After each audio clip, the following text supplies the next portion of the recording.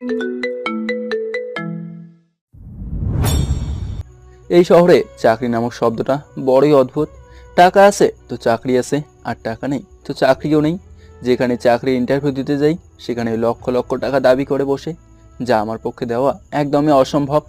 আমি সাধারণ ঘরের গরিব সন্তান, কিন্তু তারপরেও অনেক কষ্টে মাস্টার্স শেষ করছি। আর এই পড়াশোনার খরচ বাবা নিজেই বহন করতেন। বাবা ছিলেন দিনমজুর, আর আমিও পাশাপাশি টিউশনি করতাম, আর এতেই কোনো মতে চলে যেত। কিন্তু এখন আর বাবা নেই।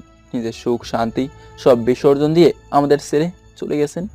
বাবা মারা যাবার 6 মাস আগে বাবার শরীর অনেক খারাপ ছিল। তাই হসপিটালে নিয়ে যাওয়ার পর ডাক্তার সব কিছু ভালোভাবে চেক আপ করে বলল বাবা নাকি একটা কিডনি নষ্ট হয়ে গেছে, আর এমনিতেও আরেকটা সমস্যা আছে। সেজন্য তাড়াতাড়ি যদি অপারেশন না করাই তাহলে বাবা বেশি দিন বাঁচবে না।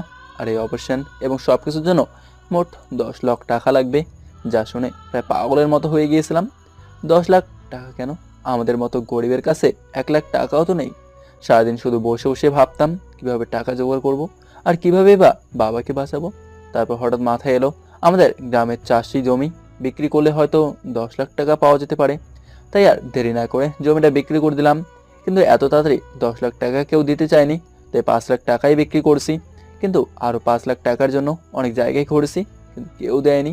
আর তখনই শেষ পর্যায়ে আমাদের গ্রামের চেয়ারম্যান চাচা টাকাটা দিয়েছে। তাই সুন্দরভাবে অপারেশনটা হয়েছিল। তারপর বাবা প্রায় 4 মাস খুব ভালোই ছিল, কিন্তু হঠাৎ এই 2 মাস আগে আমাদের ছেড়ে চলে গেলেন। এখন আর পারছি না। একটা চাকরি খুবই প্রয়োজন এই পৃথিবীতে। এখন আমার আপন বলতে মা এবং একমাত্র ছোট ভাই ছাড়া আর কেউ নেই। বাবা মারা গেছে 2 মাস হবে, আর মায়ের শরীরটাও বেশি একটা ভালো না। ছোট ভাই এখন স্কুল লাইফ শেষ করে কলেজে উঠেছে, তাই ওর খরচও এখন অনেক, যা আমারই বহন করতে হয়। আর মায়ের ওষুধের টাকাও পাঠানো লাগে, তাই কোনো মতে 4টা টিউশনি করে গ্রামে টাকা পাঠাতাম। এখন আমিও চলতাম, কিন্তু এখন আর এই টিউশনি দিয়ে হচ্ছে না, কারণ ছোট ভাই কলেজে উঠেছে। তাই এখন ওর খরচও বেড়ে গেছে। যাই হোক, সবকিছু তো শুনলেন। আসলে এই শহরে বিনা টাকায় চাকরি পাওয়াটা খুবই কষ্টকর, কিন্তু তবুও হাল ছাড়িনি। প্রতিদিন সকাল থেকে শুরু করে সারাটা দিন চাকরি খুঁজি, আর দিন শেষে টিউশনি করাই। আজ শরীরটা অনেক ক্লান্ত লাগছে, তাই আর চাকরি খুঁজতে যাওয়া হয়নি। ঘুম থেকেই উঠেছি 10টার দিকে। তারপর ফ্রেশ হয়ে হোটেলে গিয়ে নাস্তা করে রুমে এসে যেই না ফেসবুকে ঢুকবো, ঠিক তখনই মোবাইলে একটা মেসেজ আসলো। আর মেসেজটা ছিল চাকরি ইন্টারভিউয়ের। তার মানে আমাকে চাকরি ইন্টারভিউ দেওয়ার জন্য আগামীকাল যেতে বলেছে। কিন্তু এতে আমি তেমন খুশি হয়নি, কারণ ইন্টারভিউ শেষ হলেই তো টাকা চাইবে, আর সেই টাকা দিতে পারবো না বলেই চাকরি হবে না। কিন্তু তবুও আমি যাব, কারণ সবাই তো ঘুষখোর না। হাজারের মধ্যে একজন তো ভালো মানুষ আছে। তারপর দিনটা কোনো মতে কাটিয়ে পরের দিন 9টার দিকে বেরিয়ে পড়লাম চৌধুরী গ্রুপে, মানে ওই কোম্পানির হেড অফিসে। আমি যখনই অফিসের ভেতরে ঢুকলাম ঠিক তখনই আমার মনটা খারাপ হয়ে গেল। কারণ আমার মতো আরও অনেকেই এখানে ইন্টারভিউ দিতে এসেছে। জানি না এত মানুষের ভিড়ে আমি চাকরিটা পাবো কিনা। আমি চুপচাপ এক সাইডে বসে আছি, আর সবাই একে একে ইন্টারভিউ দিতে ভেতরে যাচ্ছে। কিন্তু যারা ইন্টারভিউ দিয়ে বের হচ্ছে তাদেরই মন খারাপ। বুঝতে পারছি না ওদের মন খারাপ কেন। হয়তো চাকরি হয়নি। একে একে সবাই ইন্টারভিউ শেষ হতেই পিয়ন এসে আমার নাম ধরে ডেকে ভেতরে যেতে বলল। তাই বসা থেকে উঠে শার্টটা ঠিকঠাক করে ভেতরে গেলাম। আর ভেতরে গিয়ে দেখি একটা মেয়ে এমডি চেয়ারে বসে আছে, আর সে ফাইলে কি যেন লিখছে। মেয়েটাকে দেখে মনে হচ্ছে অনেক স্মার্ট এবং সুন্দরী, কিন্তু চেহারাটা তেমন দেখা যাচ্ছে না, কারণ তার চুলগুলো সামনের দিকে ঝুঁকে আছে। আমি একটু ভেতরে যেতেই মেয়েটা ফাইলে লিখতে লিখতে আমাকে বলল, সামনের চেয়ারে বসে আপনার ডকুমেন্টস টেবিলে রাখুন। কথাটা বলতেই আমি আর দেরি না করে সামনের চেয়ারে বসে আমার ডকুমেন্ট টেবিলে রাখলাম। তো ইন্টারভিউ শুরু করি। কথাটা বলে মেয়েটা আমার দিকে তাকাতেই আমার বুকের মধ্যে ধুক করে উঠলো। এক কথায় ভূত দেখার মতো চমকে গেলাম। আর মেয়েটাও কেমন ভূত দেখার মতো আমার দিকে তাকিয়ে হুট করে বলে উঠলো, তুমি? কি বলবো বুঝতে পারছি না, তাই কাঁপা কাঁপা কণ্ঠে বললাম, তুমি? মেয়েটা আমার কথা শুনে কিছুটা রেগে বলল, শাট আপ। কোন সাহসে আপনি আমাকে তুমি করে বলছেন? ভুলে যাবেন না, আমি এই কোম্পানির এমডি, আর আপনি চাকরির জন্য ইন্টারভিউ দিতে এসেছেন। আমি মেয়েটার কথায় কোনো জবাব না দিয়েই আমার ফাইলটা হাতে নিয়ে সরি ম্যাম কথাটা বলেই চলে যাব। ঠিক তখনই মেয়েটা বলল, আরে আরে, মিস্টার নীরব, কোথায় যাচ্ছেন? ইন্টারভিউ দিবেন না? আমি মেয়েটার কথা শুনে মাথা নিচু করে দাঁড়িয়ে রইলাম, কিছুই বললাম না। বাই দ্য ওয়ে, আপনাকে দেখে মনে হচ্ছে এই চাকরিটা আপনার অনেক প্রয়োজন, তাই না? জি ম্যাম, আসলে চাকরিটা অনেক প্রয়োজন। তাহলে আর কি, কাল থেকে অফিসে আসতে পারেন, আপনার চাকরি হয়ে গেছে। আমি মেয়েটার কথা শুনে একটু বিশ্বাস করতে পারছি না। এত সহজে কিভাবে চাকরিটা দিয়ে দিল? কোনো কিছুই জিজ্ঞেস না করে সরাসরি চাকরি দেওয়া বিশ্বাস হচ্ছে না, কিন্তু তবুও আমার ডকুমেন্ট সামনে এগিয়ে দিয়ে বললাম, ম্যাম আমার ডকুমেন্ট। তার প্রয়োজন নেই, নতুন করে আর কি দেখবো। যাই হোক, স্যালারি বিষয় ক্লিয়ার করে দেওয়াই ভালো মনে করছি। জি ম্যাম। যাই হোক, মেয়েটা যেহেতু এই অফিসের এমডি, তাই এখন থেকে ম্যাম বলেই রাখতে হবে। তো মিস্টার নীরব, স্যালারি কিন্তু 20,000-এর উপরে পাবেন না। তারপর ঈদ বোনাস ফুলই পাবেন, তা নিয়ে চিন্তা নেই, কিন্তু কাজগুলো সুন্দরভাবে করতে হবে। তো এখন বলেন, এই স্যালারির চাকরি করবেন কি না? সমস্যা নেই ম্যাম, এতেই চলবে। বাহ, তাহলে তো ভালোই হলো।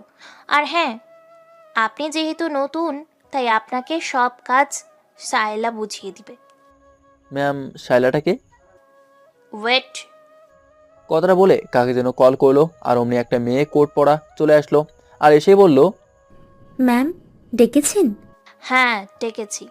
শোনো, কাল থেকে উনি এখানে জয়েন করবে, তাই কালকে ওনাকে সব কাজ বুঝিয়ে দিবে। তার মানে এই মেয়েটাই শাইলা? ঠিক আছে ম্যাম, আমি ওনাকে সব কিছু বুঝিয়ে দেব। ঠিক আছে, তাহলে এখন আপনি যেতে পারেন। Thank you ma'am.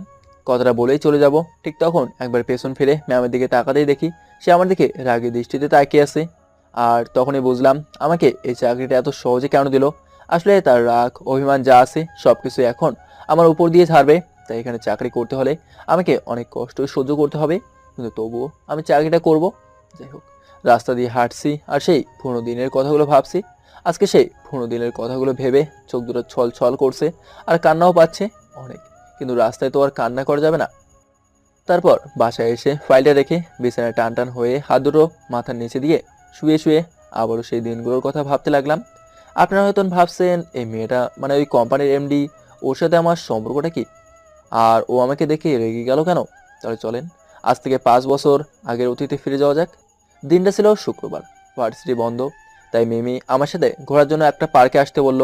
আর তখন মিমি ছিল কোটিপতি বাবার একমাত্র মেয়ে, আর আমি ছিলাম দিনমজুর বাবার সন্তান। কিন্তু আমার বাবা দিনমজুর হলেও ভালো ভার্সিটিতে আমাকে ভর্তি করিয়েছেন, যে কারণে মিমিও সেই ভার্সিটিতেই পড়াশোনা করতো।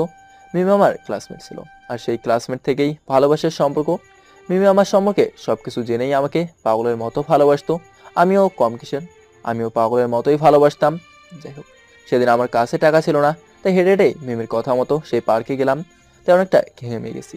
মিমির সামনে যেতেই মিমি আমাকে দেখে বসা থেকে দাঁড়িয়েই বলল, আরে, তুমি এভাবে ঘামলে কিভাবে? দেখছো না কত গরম পড়েছে, তাই আস্তে আস্তেই ঘেমে গেছি।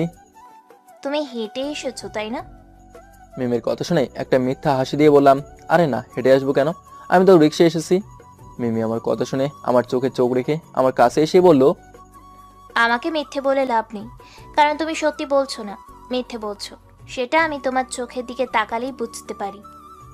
আসলেই ও আমার চোখের দিকে তাকিয়েই বলে দিতে পারে আমি সত্যি বলছি নাকি মিথ্যা বলছি। আমি আর কোনো কথা বললাম না, কারণ ও তো জেনেই গেল। তারপর মিমি ওর ব্যাগ থেকে টিস্যু বের করে নিজ হাতে আমার ঘাম মুছে দিতে লাগলো, আর আমি এক দৃষ্টিতে মিমির দিকে তাকিয়ে আছি। মেয়েটা আসলেই অনেক ভালো, আর আমাকে অনেক কেয়ার করে আর ভালোবাসে অনেক। আমার ভাগ্যটা আসলে অনেক অনেক ভালো, যার কারণে আল্লাহ এত ভালো একটা মেয়েকে আমার জীবনে দিয়েছে। তারপর ঘাম মুছে দিয়ে ব্যাগ থেকে 1,000 টাকার কিছু নোট বের করে আমার হাতে দিয়ে বলল, চলো, আমরা এখন একটু ঘোরাঘুরি করে লাঞ্চ করব। মিমি আমার হাতে টাকা দিয়ে এই কথা বলতেই আমি বললাম, আরে তার প্রয়োজন নেই, এই নাও তোমার টাকা। মিমির হাত ধরে ওর হাতে টাকাটা দিয়ে বললাম, আর লাঞ্চ করার জন্য রেস্টুরেন্টে গিয়ে এত টাকা নষ্ট করবো কেন? আমাদের এলাকার স্বপন ভাইয়ের হোটেলের গরম ভাত আর মাংস তো জবাবই নেই, চলো সেখান থেকেই আজকে লাঞ্চ করব। সিরিয়াসলি, তুমি আমাকে তোমাদের এলাকায় নিয়ে যাবা? হ্যাঁ। তো বাসায় নিবা না? আরে না, বাসায় গিয়ে কি করবা? আসলে গরিব হলে যা হয় আর কি। কি করবা মানে? আমি আম্মুর সাথে দেখা করব? কখনো তো আম্মুকে দেখিনি। আমার আম্মুর কথা বলছে। আমি কিছুক্ষণ ভেবে তারপর বললাম, আচ্ছা চলো। কথাটা বলতেই মিমি এতটা খুশি হয়েছে যা ভাষায় প্রকাশ করা সম্ভব না। আর এই খুশিতে আমাকে থ্যাংক ইউ বলতে বলতেই জড়িয়ে ধরলো। আসলে মেয়েটা অনেক পাগলি। আরে বাবা, হয়েছে তো, এখন চলো। আচ্ছা শোনো না, আমার মাথায় একটা আইডিয়া এসেছে। কি আইডিয়া? আজকে আর হোটেলে খাবো না, তোমাদের বাসাতেই খাবো। আর সেই রান্নাটা আমি নিজের হাতে করব। আম্মু শুধু বসে বসে দেখবে। আর হ্যাঁ, তুমি কিন্তু বাজার করে নিয়ে আসবে। বলো কি, তুমি রান্না করবে?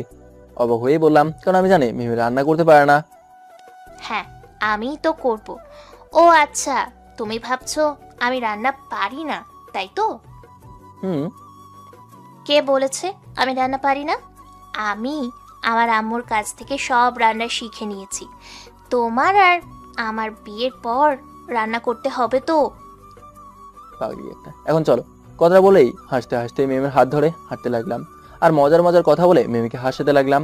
তারপর বাসায় যাওয়ার আগেই মিমির কথা মতো বাজার থেকে সবকিছু নিয়ে বাসায় গেলাম।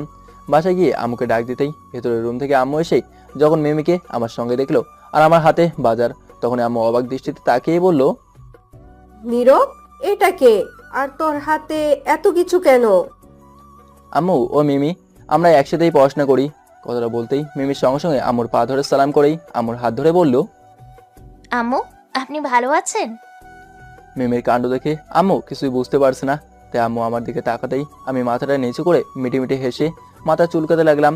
তাই আম্মু আর বুঝতে বাকি হলো না মিমি আসলে কে। আম্মু আমার দিকে তাকিয়ে সবকিছু বুঝে গেল। তাই মিমির দিকে তাকিয়ে আম্মু বলল, বুঝেছি, আর বলতে হবে না। আসো মা, আমরা ভিতরে যাই। মিমিকে নিয়ে ভেতরে চলে গেল। তারপর আমি আমার রুমে গিয়ে দেখি ছোট ভাই ইয়াসিন টিভি দেখছে। আসলে আমি আর আমার ছোট ভাই এক রুমেই ঘুমাই। আমি রুমে গিয়ে বললাম, রে কি করছিস? কার্টুন দেখি, তুমি দেখবা? না আমি দেখবো না। আচ্ছা ইয়াসিন, তোর ভাবিকে দেখবি না? ইয়াসিন আমার কথা শুনে আমার দিকে তাকিয়ে বলল, ভাবি মানে? ভাবি কোথা থেকে আসবে? আরে গিয়ে দেখে আয়, মায়ের সঙ্গে আছে। আমার কথাটা শুনে ইয়াসিন টিভিটা অফ করেই দিল দৌড় ভাবিকে দেখতে। তারপর কিছুক্ষণ পরে সেই বলল, ভাইয়া, তুমি এটা কি করেছো? আমি আবার কি করলাম? কি করেছে বুঝতেছো না? তুমি একা একাই বিয়ে করলে, অথচ আমাদের একবার জানালে না। আরে কে বললো বিয়ে করছি? ও তোর ফিউচার ভাবি, তাই বাসায় দেখা করতে নিয়ে আসলাম। ও তাই বলো, আমি আবার ভাবলাম কি না কি। যাই হোক ভাইয়া, ভাবিরে কিন্তু অনেক সুন্দর। সুন্দর মানে? যাবি এখান থেকে? কথাটা বলতে দিল দৌড়। তারপর মিমি আম্মুকে কোনো কাজই করতে না দিয়ে একা একাই অনেক কিছুই রান্না করলো। মিমি যেভাবে এই কয়েক ঘন্টায় আম্মুর সাথে মিশে গেছে, মনে হচ্ছে ও এই ঘরের পুরান বউ। যাই হোক, ফ্রেশ হয়ে দুপুরে সবাই খেতে বসলাম। আজ আম্মু না মিমি সবাইকে বউয়ের মতো বেড়ে দিচ্ছে, আর আমরা খেতে লাগলাম। আমি যেই না মিমির রান্না করা খাবার মুখে দিলাম, তখনই অবাক হয়ে গেলাম, কারণ খাবারটা এতই মজা হয়েছে যে স্বপ্ন ভাইয়ের হোটেলকেও হার মানিয়ে দিয়েছে। আমি আর ছোট ভাই একা একাই খাচ্ছি, আর আম্মু নিজ হাতে মিমিকে খাইয়ে দিচ্ছে। তারপর এভাবে অনেক আনন্দ করেই বিকেলে হয়ে গেল। এখন মিমিকে ওর বাসায় দিয়ে আসতে হবে। মিমিকে নিয়ে এক রিক্সায় চড়ে ওদের বাসার দিকে যাচ্ছিলাম। ঠিক তখনই দেখি আমাদের সামনে বড় একটা দামি কালো গাড়ি সেই পথ আটকালো। আমি কিছুটা ভয় পেয়ে মিমির দিকে তাকিয়ে দেখি মিমির চেহারাতেও ভয়ের ছাপ। আমি কিছুই বুঝলাম না, এই গাড়িটা কার আর আমাদের পথই বা আটকালো কেন? আমি কিছু বুঝে ওঠার আগে গাড়ি থেকে এক ভদ্রলোক, মনে হচ্ছে অনেক বড় লোক, নেমে মিমির দিকে রাগী দৃষ্টিতে তাকিয়ে আছে। মিমি লোকটাকে এইভাবে রাগী দৃষ্টিতে তাকিয়ে থাকতে দেখে আমার হাতটা শক্ত করে চেপে হলো। আর তখনই লোকটা আমাদের কাছে এসে মিমিকে বলল, মিমি চলে আসো। একটু রাগী ভাব নিয়েই বলল। লোকটির কথায় মিমি আমার দিকে তাকিয়ে আস্তে আস্তে লোকটির সঙ্গে গিয়ে গাড়িতে বসলো। তারপর লোকটি আমার দিকে তাকিয়ে গাড়িতে ওঠার পরেই গাড়িটা চলে গেল। আমি রিক্সায় বসে এক দৃষ্টিতে গাড়িটা চলে যাওয়া দেখছি। আমি এখনো জানি না লোকটা কে ছিল, কিন্তু আমার কেন জানি মনে হচ্ছে এটা মিমির বাবা। আমি এক দৃষ্টিতে গাড়ির দিকে তাকিয়ে থাকতে থাকতে একসময় গাড়িটা দৃষ্টির আড়ালে চলে গেল, আর আমারও চোখ বেয়ে পানি ঝরতে লাগলো। কি করব কিছুই বুঝতে পারছি না। আমি গরিব, তাই মিমির বাবার সামনে বড় গলায় একটা কথাও বলতে পারবো না। কোন পরিচয়ে আমি মিমির বাবার সামনে দাঁড়াবো? আর আমি কীভাবেই বা বলবো আমি মিমিকে আমার নিজের থেকেও বেশি ভালোবাসি? কিন্তু আমি তো মিমির বাবার টাকাকে নয়, মিমিকে ভালোবাসি। আমার কিচ্ছু লাগবে না। না, আমি শুধু মিমিকেই চাই। কিন্তু মিমির বাবা কি মেনে নেবে আমাদের ভালোবাসা? আর যদি না নেয় মেনে, তাহলে আমি মিমিকে ছাড়া থাকবো কীভাবে? পাগলটাকে যে আমি আমার নিজের থেকেও বেশি ভালোবাসি। কথাগুলো ভাবছি আর রাস্তা দিয়ে হাঁটছি। চোখ দুটো আজ কোনো বাধাই মানছে না, অঝর চোখ বেয়ে পানি গড়িয়ে পড়ছে। তারপর এক পর্যায়ে কান্না থামিয়ে নিজেকে ঠিক করে বাসায় আসলাম। বাসায় আসার সঙ্গে সঙ্গেই আম্মু অনেক আনন্দে বলল, নীরব, আজ তুই আমার মনের মতন একটা কাজ করেছিস। আমি তোর জন্য যেমন বউ চেয়েছিলাম, মিমি তো তার থেকেও অধিক। আজ সত্যি আনন্দে আমার বুকটা ভরে গেছে। আম্মুর কথা শুনে নিজেকে আর সামলাতে পারছি না, তাই মিথ্যে একটা হাসি দিয়ে বললাম, হ্যাঁ আম্মু, মিমি আসলেই অনেক ভালো একটা মেয়ে। আচ্ছা আম্মু, আমি রুমে গেলাম। কথাটা বলেই রুমে গিয়ে দরজা লাগিয়ে মন খুলে কাঁদতে লাগলাম। যদি আমি মিমিকে হারিয়ে ফেলি, তখন তো আম্মুর এই আনন্দ আর থাকবে না। আনন্দটা কান্নাতে পরিণত হবে, আর আমি বা থাকবো কিভাবে পাগলিটাকে ছাড়া। কিছুক্ষণ এভাবে কান্না করার ফলে মাথাটা অনেক ব্যথা করতে লাগলো। তাই দরজাটা খুলে দিয়ে চুপচাপ চোখ বন্ধ করে শুয়ে রইলাম, আর এতেই ঘুমে আচ্ছন্ন হয়ে পড়লাম। কখন ঘুমিয়েছি মনে নেই, কিন্তু হঠাৎ বাবার কণ্ঠ পেয়েই ঘুমটা ভেঙে গেল। তাই উঠে ঘড়ির দিকে তাকিয়ে দেখি রাত 8টা বাজে। কিরে বাবা, এই অসময় তো তুই কখনো ঘুমাস না। তোর কি শরীর খারাপ নাকি? না বাবা, তেমন কিছু না, এমনিই ঘুম আসছিল না, তাই কখন ঘুমিয়ে পড়ছি মনেই নেই। আচ্ছা ঠিক আছে, এখন খেতে আয়। তুমি এখনো খাওনি? কখনো তোকে ছাড়া খেয়েছি? আসলে বাবা আমাকে এতটাই ভালোবাসে যার কারণে কখনোই আমাকে সারা খায় না। না তা খাও না, কিন্তু এত কষ্টের কাজ করে এসেছো, ক্ষুধা তো অনেক পেয়েছে মনে হয়। আরে ও কিছু না, এখন খেতে আয়। তারপর সবাই খেতে বসলাম, আর তখনই বাবা মিমের রান্না করা খাবার খেতেই অনেকটা অবাক হয়ে বলল, ঘরে তো এত টাকা ছিল না, তাহলে এত কিছু কিভাবে রান্না করলে? আগে খেয়ে নাও, তারপর সবকিছু বুঝিয়ে বলবো। ঠিক আছে, তাহলে দাও। তারপর আম্মু সবাইকে ভাত দেওয়ার পর বাবা যেই না ভাত মুখে দিয়েছে, তখন অবাক হয়ে আম্মুর দিকে তাকিয়ে বলল, এই রান্না তো তোমার হাতের রান্না না। এত ভালো রান্না কে করলো? খাও তো তুমি, পরে ঘুমানোর সময় সব বলবো। আম্মুর কথা শুনে ছোট ভাই মিটে মিটে হাসছে আর খাচ্ছে। আমি বাবার দিকে তাকিয়ে দেখি বাবা তৃপ্তি সহকারে খাচ্ছে। আমি কখনোই বাবাকে এভাবে খেতে দেখিনি, আর 1 প্লেটেরও বেশি ভাত খেতে দেখিনি, কিন্তু আজ 3 প্লেট ভাত খেয়েছে। হয়তো সংসারের অভাব বলেই বেশি খাওয়া দাওয়া করে না, কিন্তু আমরা অনেক জোর করি তারপরেও খায় না। কিন্তু আজ 3 প্লেট ভাত খেয়েছে, তাই আজ কেন জানি মিমিকে জোরে ধরে থ্যাঙ্কস জানাতে ইচ্ছে করছে। এক পর্যায়ে সবার খাওয়া শেষ হতেই বাবা বলল, আজ রান্নাটা সত্যি অসাধারণ হয়েছে। বাবার কথা শুনে আমার মনটা আনন্দে ভরে গেল। তারপর কিছুক্ষণ আমরা সবাই গল্প করে রুমে চলে আসলাম। আমি আর ছোট ভাই এক রুমেই ঘুমাই। তা আমি মিমির সাথে প্রতিদিন যা যা কথা বলি ও সবই শোনে, কিন্তু কখনোই কাউকে বলেনি। ইয়াসিন ঘুমিয়ে পড়ছে, কিন্তু আমার ঘুম আসছে না। মিমির জন্য খুব টেনশন হচ্ছে, তাই মিমিকে কল দিতেই দেখি ওর ফোন বন্ধ। তাই বারবার মিমিকে কল দিতেই থাকলাম, কিন্তু ওর ফোন বন্ধই। এখন আর কান্না থামাতে পারছি না। মিমির কথা ভাবতেই চোখ দিয়ে অঝরে পানি পড়ছে, আর মনটাও কেন যেন আজে বাজে চিন্তা ভাবনায় আঁকড়ে ধরছে। আমি কি তাহলে মিমিকে হারিয়ে ফেলবো, নাকি ও আমারই থাকবে? ও যদি কখনো আমার থেকে আলাদা হয়ে যায়, তাহলে তো আমি পাগল হয়ে যাব। কিভাবে থাকবো মিমিকে ছাড়া? ওকে ছেড়ে বেঁচে থাকাটাই যে ব্যর্থ জীবন। তারপর আরও কিছুক্ষণ কল দিলাম, কিন্তু ফোন বন্ধ। তারপর এমন করেই রাতটা কেটে গেল। দু চোখে একটুকুও ঘুম ছিল না। ফজরের নামাজ পড়ে এসে আবারও মিমিকে কল দিলাম, কিন্তু ফোন বন্ধ। আমি নামাজ পড়ে আল্লাহর কাছে অনেক দোয়া করছি, যাতে মিমিকে আমি পাই, মিমি যেন আমার জীবন থেকে হারিয়ে না যায়। আমি জানি আল্লাহর কাছে কেউ মন থেকে সৎ উদ্দেশ্যে কিছু চাইলে আল্লাহ সেই বান্দাকে নিরাশ করেন না। একদিন না একদিন আল্লাহ সেই বান্দার চাওয়াটা পূরণ করেনি। তারপর এভাবেই 3টা দিন কেটে গেল। মিমির কোনো খবর নেই, ওকে কোথাও পাচ্ছি না। ওর মোবাইল বন্ধ, এমনকি ভার্সিটিতেও আসছে না। আর এই 3টা দিন আমার কাছে পুরো 3টা বছরের মতো কেটেছে। অনেক খারাপ লেগেছে। ঠিকমতো ঘুমাতে পারিনি, খেতে পারিনি, শুধু মিমির কথাই চিন্তা করছি। এখন মিমিকে ছাড়া ভার্সিটিও যেতে ভালো লাগে না, তাই এই 3 দিন ভার্সিটিতে যায়নি। আজও সারা রাত ঘুমাতে পারিনি, তাই ফজরের নামাজ পড়ে বাসায় এসে যে না চোখ বন্ধ করছি, অমনি ঘুমিয়ে পড়ছি। আর ওদিকে মিমিও ঠিক আমার মতোই ছটফট করছে, ঠিকমতো খাচ্ছে না, ঘুমাচ্ছে না, এমনকি সবসময় দরজা লাগিয়ে কান্না করে। কোটিপতি বাবার একমাত্র মেয়ে বলে কথা, তাই মিমির বাবা মা এসব দেখে তারাও কিছুটা কষ্ট পাচ্ছে। তাই হঠাৎ আজকে মিমির বাবা মিমির জন্য সকালের নাস্তা নিয়ে ও রুমে গেল, কিন্তু মিমি সরাসরি বলে দিয়েছে ও খাবে না। তারপর মিমির বাবা মিমিকে বলল, দেখো মা, তুই ছাড়া আমাদের আর কে আছে বল তো? এখন তুই যদি এমন করিস তাহলে আমরা কিভাবে ভালো থাকি? আর তোর রুচি বা কেমন? ওই গরিব ছেলেটার জন্য নিজের জীবনটা এভাবে নষ্ট করছিস? জানিস ওদের মতো গরিব ছেলেদের আমার চেনা আছে, ওরা টাকার জন্য বড়লোক মেয়েদের সাথে ভালোবাসার অভিনয় করে। মিমি ওর বাবার মুখে এই কথা শুনে একটু রেগেই বলল, বাবা, ও গরিব হতে পারে, কিন্তু কখনোই ওর মনে টাকার লোভ ছিল না। ও তোমার টাকাকে ভালোবাসে না, আমাকে ভালোবাসে। আর তুমি কিভাবে না জেনে এই কথা বলতে পারলে? আর ও গরিব তা ঠিক, কিন্তু তোমার তো এত বড় বিজনেস, আর টাকা পয়সাও তো কম নেই। তাই তুমি তো পারো ওকে ভালো একটা চাকরি দিতে, যাতে ও আমাকে খুব ভালোভাবে রাখতে পারে। মিমির বাবা মিমির মুখে একথা শুনে কিছু না একটা ভেবে বলল, কথাটা তো সত্যিই, আমার তো অনেক টাকা আর বিজনেসও অনেক বড়, তাই ওকে তো আমি নিজেই প্রতিষ্ঠা করতে পারি। এভাবে তো আগে ভেবে দেখিনি। বাবার মুখে একথা শুনে মিমির মুখে হাসি ফুটে উঠল। তারপর ওর বাবা মিমির হাতটা ধরে বলল, সরি মা, আমি বুঝতে পারিনি। এই নে তোর মোবাইল। আরে যা, ওই ছেলেকে বল আজকে বিকেলে আমার সাথে আমার অফিসে দেখা করতে। মিমি ওর বাবার কথা শুনে খুশিতে আত্মহারা হয়ে চোখের পানি মুছেই ওর বাবাকে বলল, বাবা, তুমি সত্যি বলছো? হ্যাঁ রে, সত্যি বলছি। মিমি খুশিতে কি করবে বুঝতে পারছে না, তাই ওর বাবাকে সঙ্গে সঙ্গে জড়িয়ে ধরে বলল, বাবা, থ্যাংক ইউ, থ্যাংক ইউ। আমি জানতাম তুমি একদিন আমার কথা রাখবেই। আচ্ছা হয়েছে, এখন ছাড়, অফিসে যেতে হবে। আর ওই ছেলেকে বলিস আজকে বিকেলে আমার সাথে দেখা করতে। ঠিক আছে বাবা, ওটা নিয়ে চিন্তা করতে হবে না। আচ্ছা ঠিক আছে, কিন্তু মা তুই তো এই 3 দিন কিছু খাসনি, এবার তো নাস্তাটা খা। খাচ্ছি। তারপর মিমির বাবা চলে যাওয়ার পর মিমির আম্মু এসে মিমিকে খাইয়ে দিল।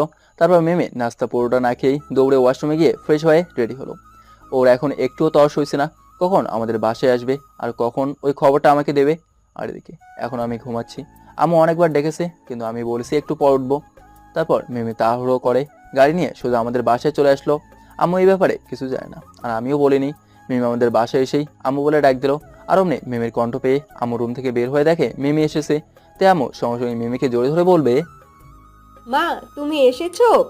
কেমন আছো তুমি? আর তোমার মুখটা এত শুকনো শুকনো লাগছে কেন?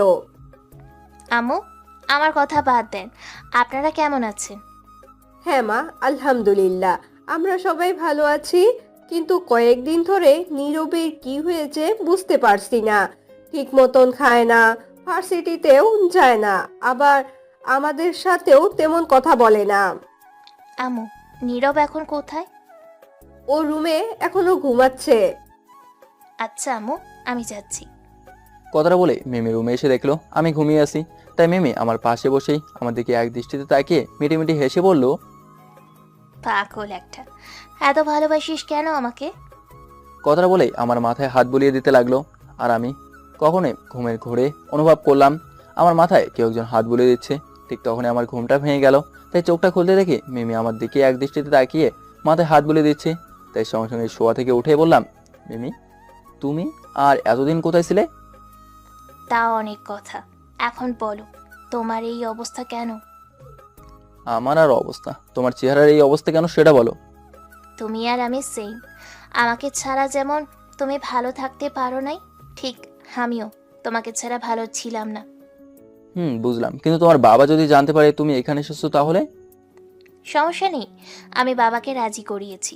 বাবা বলেছে তোমাকে আমাদের কোম্পানিতে ভালো একটা চাকরি দিয়ে দিবে, যাতে আমাকে বিয়ে করে ভালো রাখতে পারো। সত্যি নাকি আবার মজা করছো? হ্যাঁ রে বাবা, সত্যি। আর হ্যাঁ, আজকে বিকেলে বাবা তোমাকে তার অফিসে দেখা করতে বলেছে। কি বলো? আমার তো শুনেই ভয় করছে। আরে ভয় নেই, আমার বাবা অনেক ভালো। আচ্ছা ঠিক আছে, তাহলে আমি যাব। তারপর বিকেলে মিমির কথা মতো অফিসে গিয়ে মিমির বাবার সাথে দেখা করলাম। মিমির বাবা আমাকে তার সামনে চেয়ারে বসতে বলে সে আমার দিকে কিভাবে যেন সন্দেহের চোখে তাকিয়ে আছে। আমি কিছুই বলছিলাম, চুপচাপ বসে আছি। আর তখনই মিমির বাবা উঠলো, তোমার নাম কি বাবা? জি নীরব। তোমার বাবা কি করে? দিনমজুর বলতে পারেন। দিনমজুর? জি। ও আচ্ছা, তাহলে তুমি বলতে চাচ্ছ তোমার বাবা দিনমজুর। জি। আচ্ছা ওই কথা বাদ দিই, তুমি তোমার বাবাকে কতটা ভালোবাসো? আমি মিমির বাবার কথা শুনে কিছুই বুঝলাম না, কিন্তু তবুও যা সত্য তাই বললাম। আমি আমার বাবাকে অনেক অনেক ভালোবাসি। বুঝলাম। তা তোমার বাবা তোমাকে কতটা ভালোবাসে? আমার বাবাও আমাকে অনেক ভালোবাসে, সে তো আমাকে ছাড়া কখনোই একা খায় না। বুঝলাম। তো বাবা তুমি তো আমার ছেলের মতোই, আর আমিও তো তোমার বাবার মতোই, তাই না? জি আঙ্কেল। তো বাবা তুমি কি কখনোই চাইবে তোমার বাবা কখনোই কাছে অপমানিত বা অসম্মানিত হোক? কথাটা অনেক ইমোশনাল হয়েই বললো, না আঙ্কেল, এটা তো পৃথিবীর কোনো ছেলে মেয়েই চাইবে না। তাহলে বাবা প্লিজ তুমি মিমিকে ভুলে যাও। কথাটা হাত জোর করে বললো। আমি মিমির বাবার কথা শুনেই হুট করে বলে উঠলাম, আঙ্কেল আপনি এসব কি বলছেন? আমি মিমিকে আমার জীবনের থেকেও বেশি ভালোবাসি, আর মিমিও আমাকে অনেক ভালোবাসে। মিমির বাবা এখন অনেকটা ইমোশনাল হয়ে কেঁদে কেঁদেই বলল, বাবা প্লিজ তুমি এভাবে বলো না। মিমি ছোট থাকতে আমার বন্ধু ছেলের সাথে মিমির বিয়ে ঠিক করে রেখেছি, আর আমার বন্ধু আমার কোম্পানির বেশ অর্ধেক পার্টনার হিসাবে আছে। এখন যদি ওর ছেলের সাথে মিমির বিয়ে না দিতে পারি তাহলে ও আমার কাছ থেকে সব কিছু কেড়ে নেবে, আমি পথে বসে যাব। প্লিজ বাবা, তুমি এমনটা করো না। কথাগুলো কান্না করতে করতেই বলতে লাগলো। মিমির বাবার কথা শুনে কি বলবো বুঝতে পারছি না। আমার বুকে যেন অজানা এক হারানোর ভয় চলে আসলো, আর মাথাটাও যেন কেমন করে ঘুরছে। কিন্তু তবুও ভালোবাসার মানুষকে তো আর হারাতে দেবো না। তাই জোর গলায় বললাম, সরি আঙ্কেল, আমি মিমিকে ভুলতে পারবো না। কথাটা বলতে না বলতেই মিমির বাবা চেয়ার থেকে উঠে এসে কান্না করতে করতে দুপায়ে ভর করে বসেই আমার পা জড়ে ধরেই বলতে লাগলো, প্লিজ বাবা, তুমি এমনটা করো না, না হলে আমি সবার কাছে ছোট হয়ে যাব। আরে আঙ্কেল কি করছেন, পা ছাড়ুন। না বাবা, আমি পা ছাড়বো না। তুমি যদি মিমিকে ভুলে না যাও তাহলে সুসাইড করা ছাড়া কোনো উপায় থাকবে না। আমি ওনার কথাগুলো শুনে নিজেকে ঠিক রাখতে পারছি না, আর সে এমনভাবে আমার পা ধরছে যে আমিও তাকে ছাড়াতে পারছি না। মিমির বাবা কেঁদে যাচ্ছে, আর আমি কি করব কিছু বুঝতে পারছি না। প্লিজ বাবা, তুমি আমার মেয়েকে ভুলে যাও। আমি জানি তুমি এই বাবার সম্মানটা রাখবে। প্লিজ বাবা। আমি ওনার কথা শুনছি আর আমার চোখ দিয়ে পানি ঝরিয়ে পড়ছে। ওনাকে আমি অনেক সারানোর চেষ্টা করছি, কিন্তু উনি পা অনেক শক্ত করেই ধরেছে, যে কারণে ওনাকে সারাতেই পারছে না। আর উনি আমার বাবার বয়সী, তাই আর কিছু ভেবেই বলে দিলাম, ঠিক আছে আঙ্কেল, আমি মিমিকে ভুলে যাব, এবার আপনি পাটা ছাড়ুন। আমার কথাটা শুনেই মিমির বাবা আমার পা ছেড়ে দিয়ে বসা থেকে উঠে আমাকে জড়িয়ে ধরেই বলল, বাবা, আমি জানতাম তুমি আমার সম্মানটা রাখবে, আর তুমি যত টাকা চাও আমি তোমাকে তত টাকাই দেবো। তবুও তুমি মিমিকে ভুলে যেও প্লিজ। আমি মিমির বাবার কথা কিছুক্ষণের জন্য শুনে স্তব্ধ হয়ে গেলাম। তখন মিমির বাবা আমাকে ছেড়ে তার টেবিলের নিচ থেকে একটা টাকার বক্স বের করে আমাকে বলল, বাবা, এখানে 50 লাখ টাকা আছে, তুমি এটা নিয়ে নতুন কোনো ব্যবসা শুরু করো, কিন্তু তবুও প্লিজ বাবা, মিমিকে ভুলে যেও। আমি কি বলবো বুঝতে পারছি না। আজ সত্যি আমার কিচ্ছু করার নেই। আজ এক বাবার ইমোশনালের কাছে সত্যিকারের ভালোবাসা হেরে গেল। আমি চাই না আমাদের ভালোবাসার জন্য মিমির বাবা সুইসাইড করুক, আর আমি এটাও চাইবো না আমার জন্য ওনাকে অপমানিত বা অসম্মানিত হতে হোক। আমি সিদ্ধান্ত নিয়ে নিলাম চিরদিনের জন্য মিমিকে ভুলে যাব। এতে হয়তো আমি এবং মিমি কেউই ভালো থাকবো না, কিন্তু তবু মিমি কোটিপতি বাবার একমাত্র মেয়ে, সে ঠিকই আমাকে ভুলে যেতে পারবে। বাবা প্লিজ টাকাটা রাখো। সরি আঙ্কেল, আমি টাকা নিতে পারবো না, কারণ আমার ভালোবাসা ছিল সত্য। তাই টাকার কাছে আমি ভালোবাসা বিক্রি করব না। না, আমার ভালোবাসা বাবা হিসেবে আপনাকে উপহার দিয়ে দিলাম। থাকবেন, ভালো থাকবেন। কথা বলে তার অফিস থেকে চোখের পানি মুছতে মুছতেই চলে আসলাম। এদিকে আমি চলে যাওয়ার পর মিমির বাবা হা হা করে হাসতে হাসতে বলল, বা খান বা, তুই তো ভালোই ইমোশনাল ব্ল্যাকমেল করতে পারিস, আর অভিনয়ের দিক থেকে তো সবার উপরে। কথাটা নিজে নিজে বলেই হা হা করে হাসতে লাগলো। আর এদিকে আমার মাথায় একটুও কাজ করছে না, কি করব কিছু বুঝতে পারছি না।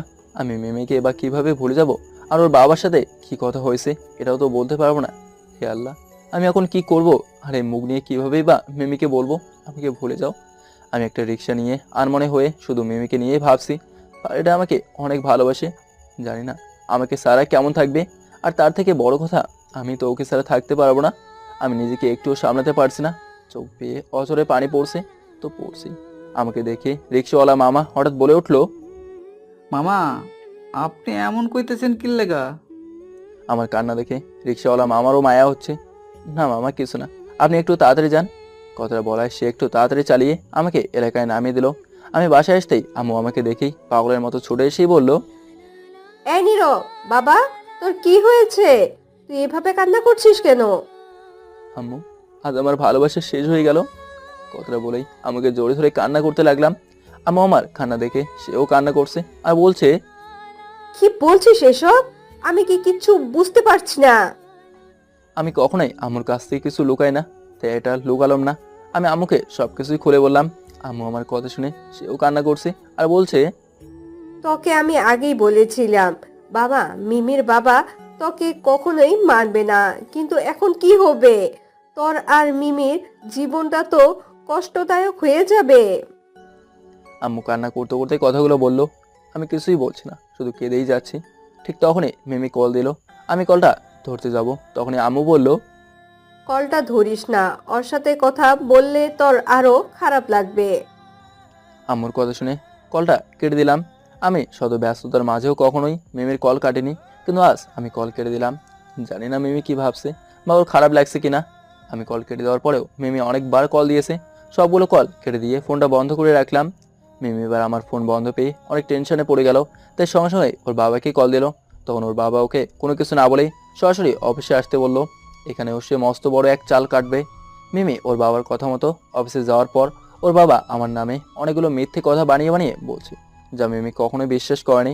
তারপর মিমির বাবা বলল, দেখ মা, কি আর বলবো, তোকে তো আগেই বলেছি গরিবরা শুধু টাকায় চেনে, ভালোবাসা না। নীরব তোর সাথে ভালোবাসার অভিনয় করেছিল, কিন্তু ওর মেইন উদ্দেশ্য ছিল তোকে ভালোবাসা ব্ল্যাকমেল করে আমার কাছ থেকে মোটা অঙ্কের টাকা হাতিয়ে নেওয়া। মিমি ওর বাবার মুখে এ কথা শুনে অনেকটা রেগে গিয়ে বলল, বাবা, নীরব এই ধরনের ছেলেই না, আর তুমি ওর সম্পর্কে না জেনে কথা বলতে পারো না।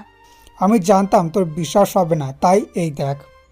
কথাটা বলে 50 লাখ টাকার বক্সটা টেবিলে রেখে মিমির সামনে ঠেলে দিয়ে বলল, এই দেখ তার প্রমাণ। নীরব আমার কাছ থেকে ভুলে যাওয়ার জন্য 1 কোটি টাকা চেয়েছিল, কিন্তু আমি ওকে 50 লাখ টাকা দিয়েছিলাম। এতে রাজি হয়নি, তাই রাগ করে চলে গেছে, আর আমিও তাকে তাড়িয়ে দিচ্ছি। বাবা, আমি এসব বিশ্বাস করি না। নীরব গরিব বলে তুমি হয়তো মিথ্যে বলছো। মিমির বাবা মিমির কথা শুনে সেই আগের ড্রামা শুরু করে দিল। সে এবার কেঁদেই দিল, আর কেঁদে কেঁদে বলল, আজ তুই ওই বেইমানটার জন্য আমাকে অবিশ্বাস করছিস।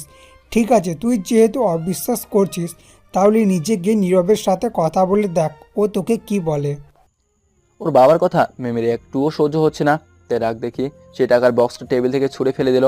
আর অমনি বক্স থেকে টাকাগুলো ছিটকে এদিক সেদিক ছড়িয়ে পড়লো। মিমি আর 1 মিনিটও ওখানে রইল না, শুধু আমাদের বাসায় আসতে লাগলো। আর এদিকে আমি আমার রুমের খাটের উপর বসে খুব কান্না করছি।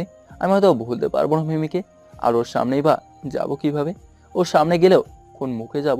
ওর বাবাকে যে আমি কথা দিয়েছি মিমিকে ভুলে যাব, কিন্তু কিভাবে ভুলবো? মিমি যে আমার পুরো দেহ জুড়েই রয়েছে। আমি কখনোই আমাকে নিয়ে ভাবিনি, আমি শুধু মিমিকে নিয়েই ভেবেছি ওকে কিভাবে ভালো রাখা যায়, কি করলে ও একটু হাসি খুশি থাকবে। কিন্তু আমার বিশ্বাস মিমি আমার ফোন বন্ধ পেয়ে এখানে নিশ্চয়ই আসবে। তাই আম্মুকে ডেকে অনেকগুলো কথা বুঝিয়ে দিলাম, যাতে মিমি আসলে মিমিকে বলতে পারে। যেই ভাবা সেই কাজ, তাৎক্ষণিক মিমি হাজির। মিমি বাইরে থেকে আম্মু আম্মু করে ডাকছে, আর ডাক শুনে আমি ফুপিয়ে কেঁদে দিলাম। আমি ক্ষণিকের জন্য নিজেকে শান্ত করে আম্মুকেও শান্ত করালাম এবং বললাম যা বলেছি ঠিক ওই কথাগুলোই বলতে। তাই আম্মু তার চোখের পানি মুছে মিমির কাছে গেল।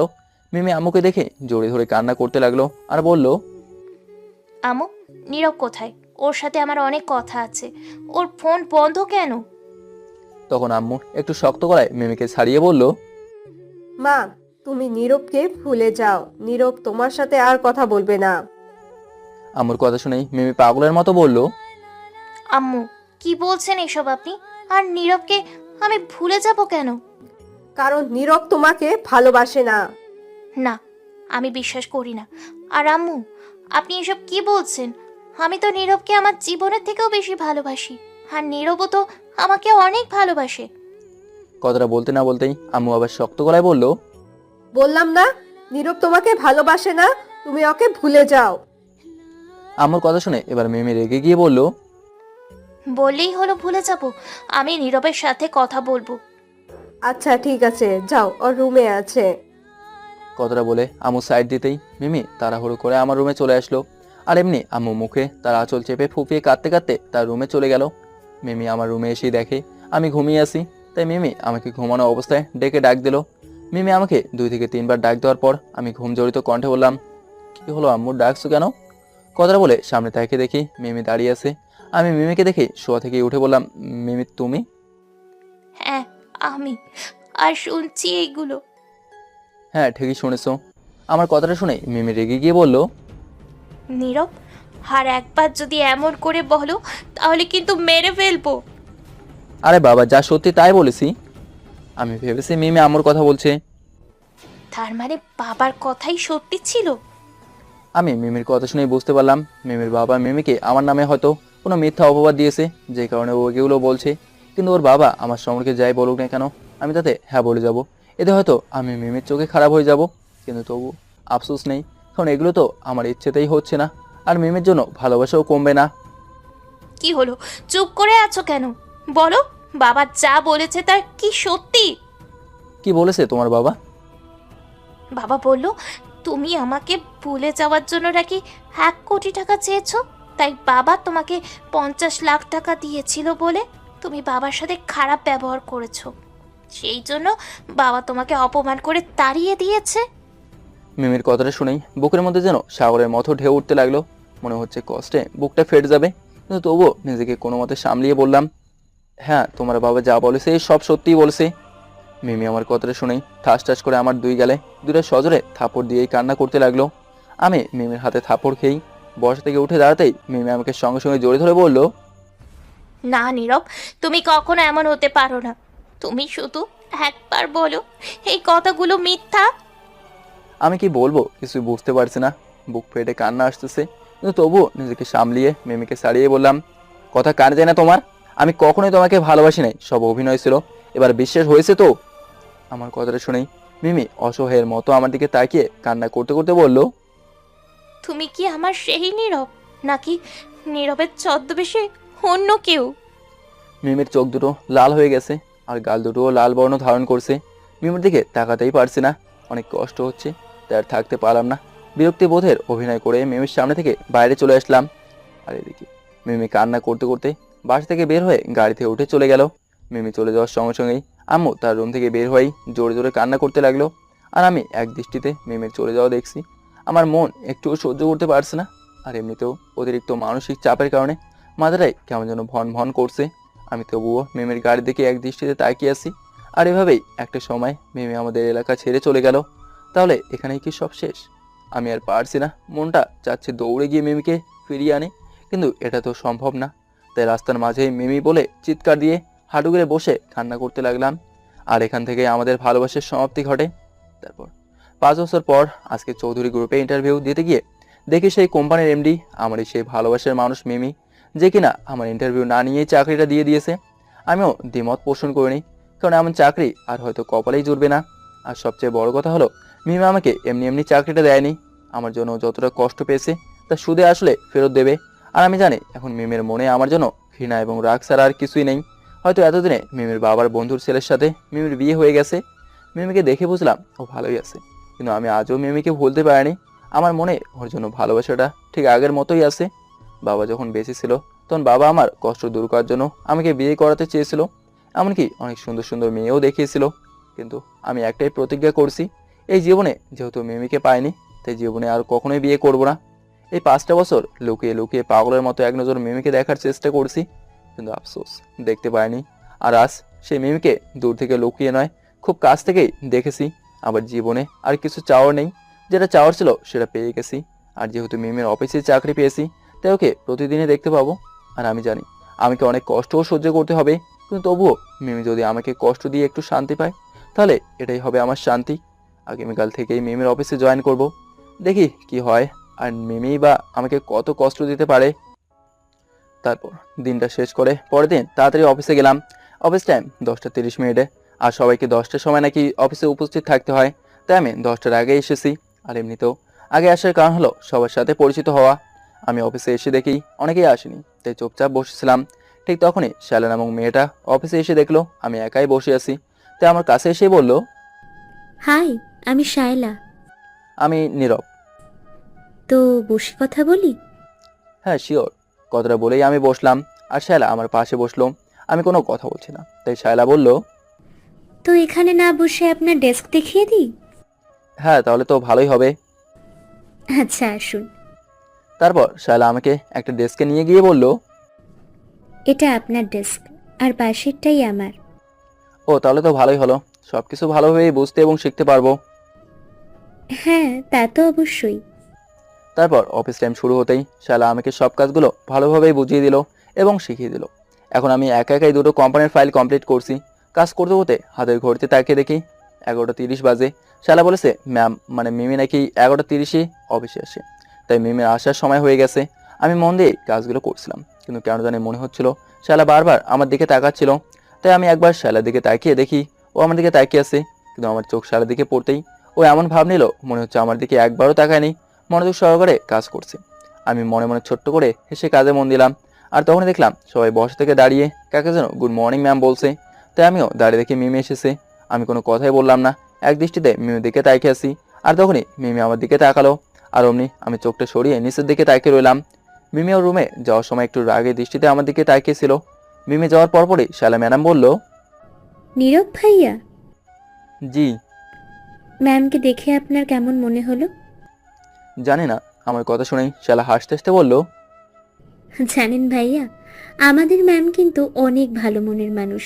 আজ পর্যন্ত কারোর সাথে একটুও রেগে কথা বলেনি, তাই তো সবাই তাকে এত সম্মান করি।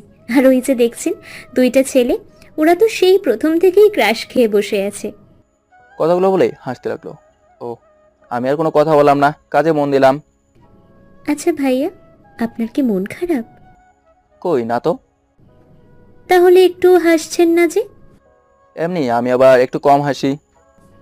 বলেন কি, হাসি খুশি থাকা তো ভালো, দেহ মন দুটোই ভালো থাকে। হ্যাঁ তা ঠিক। কথাটা বলতেই পিয়ন এসে শালাকে বললো ম্যাম নাকি শালাকে ডেকেছে। তাই আর হাসাহাসি না করে ম্যামের রুমে গেল।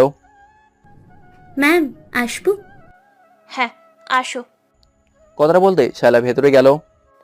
তো শায়লা, তুমি কি ওই ছেলেটাকে আগে থেকেই চিনো? কোন ছেলেটা ম্যাম? আরে ওই যে আজকে জয়েন করলো। ও আচ্ছা, আপনি নীরব ভাইয়ের কথা বলছেন? হ্যাঁ, হবে হয়তো। না ম্যাম, আগে তো কখনো দেখিনি। তাহলে এইভাবে দুইজন কথা বলতে বলতে হাসছিলে কেন? ম্যাম আর বলেন না, উনি ছেলেটা একটু গম্ভীর টাইপের, হাসতেই চায় না। আর কথা না বললে তো আগ বাড়িয়ে কথাই বলে না, তাই একটু হাসানোর চেষ্টা করছিলাম।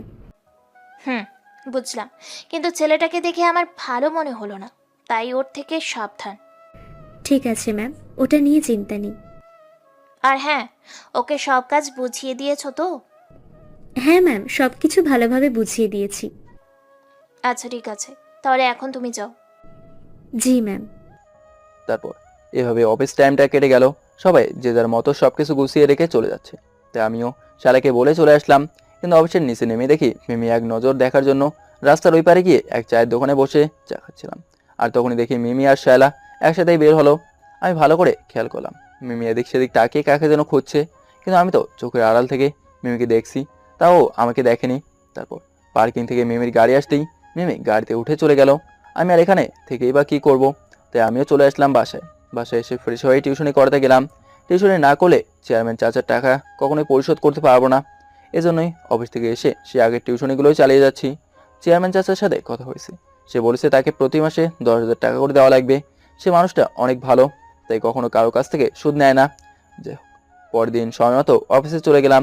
আমি একটু আগেই এসেছি, কারণ এখনও আমি নতুন। আমি আমার ডেস্কে বসে আছি আর ফাইলগুলো ভালোভাবে দেখছিলাম ঠিকঠাক হয়েছে কিনা।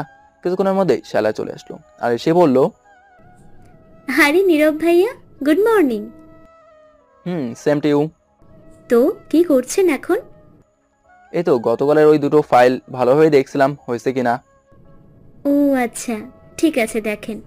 আর হ্যাঁ, নাস্তা করেছেন? হ্যাঁ, সকালে হোটেল থেকে খেয়ে আসছি। আজকে আমার উঠতে দেরি হয়ে গেছে, তাই নাস্তা না করে এখানে নিয়ে এসেছি। আপনি চাইলে আমার সাথে খেতে পারেন। না না, আমি আর পারবো না, আমি খেয়ে আসছি। আচ্ছা ঠিক আছে। কথাটা বলে ওর ডেস্কে চলে গেল। আমি আর কোনো কথা বললাম না। আমার ফাইলগুলো সব ঠিক আছে, তাই এখন কাজ নেই। চুপচাপ বসে মিমির কথাই ভাবছিলাম। ঠিক তখনই মিমি চলে আসলো। তাই সবাই দাঁড়িয়ে গুড মর্নিং ম্যাম বললো। আমিও দাঁড়ালাম, কিন্তু কিছু বললাম না। আর মিমি আজকে একটু আগেই এসেছে। আমি দাঁড়িয়ে মিমির দিকে তাকাতেই সে আগের স্মৃতিগুলো মনে পড়ে গেল। কারণ মিমি আজকে নীল শাড়ি পরে এসেছে। আর মিমি শাড়ি পরলে ওকে যে কতটা সুন্দর লাগে তা বলে বোঝাতে পারবো না। মিমিকে দেখে আজকে সবাই ওর দিকে অবাক হয়ে তাকিয়ে আছে, কিন্তু আমি আর তাকালাম না। মাথা নিচু করে দাঁড়িয়ে আছি, কারণ ওর দিকে বেশি তাকালে ইমোশনাল হয়ে পড়বো। মিমি আমার দিকে তাকিয়ে দেখলো আমি মাথা নিচু করে আছি। তারপর মিমি আমার দিকে তাকিয়েই ও রুমে চলে গেল। আর তখনই শালা বলল, তো নীরব ভাইয়া, কেমন দেখলেন? আমি শালার কথা শুনেই কিছু বললাম না, চুপচাপ বসে আছি। আর তখনই শালা বলল ওকে নাকি ম্যাম ডেকেছে, তাই শালা ম্যামের রুমে যাবে। আমি কিছু বললাম না, শালা চলে গেল। কিছুক্ষণ পর শালা আমার কাছে এসে বলল, নীরব ভাইয়া, আপনাকে ম্যাম ওই দুটো ফাইল নিয়ে যেতে বলেছে। এখনই যেতে হবে? হ্যাঁ, এখনই। আচ্ছা যাচ্ছি। কথাটা বলে ফাইল দুটো নিয়ে মিমের রুমে গেলাম, কিন্তু ভুলে গিয়েছিলাম ভেতরে ঢোকার আগে অনুমতি নিতে হয়। সেই ভুলের কারণে না বলে ভেতরে ঢুকেই বললাম ম্যাম ডেকেছেন। আমাকে মিমি ভেতরে দেখে একটু রেগেই বলল, এই, আপনি যে ভেতরে আসছেন অনুমতি নিয়েছেন? আমি মিমির কথা শুনে কি বলবো বুঝতে পারছি না, তাই আমতা আমতা করে বললাম, সরি ম্যাম, মনে ছিল না। মনে ছিল না মানে কি?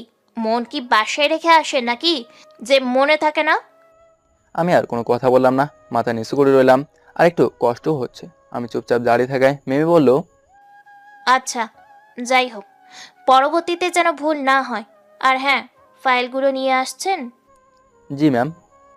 তাহলে ফাইলগুলো দিন, দেখতে হবে। জি ম্যাম। কথাটা বলে ফাইলগুলো দিয়ে চলে যাব, তখনই আবার মিমি একটু রেগে বলল, এই, আপনার সমস্যা কি?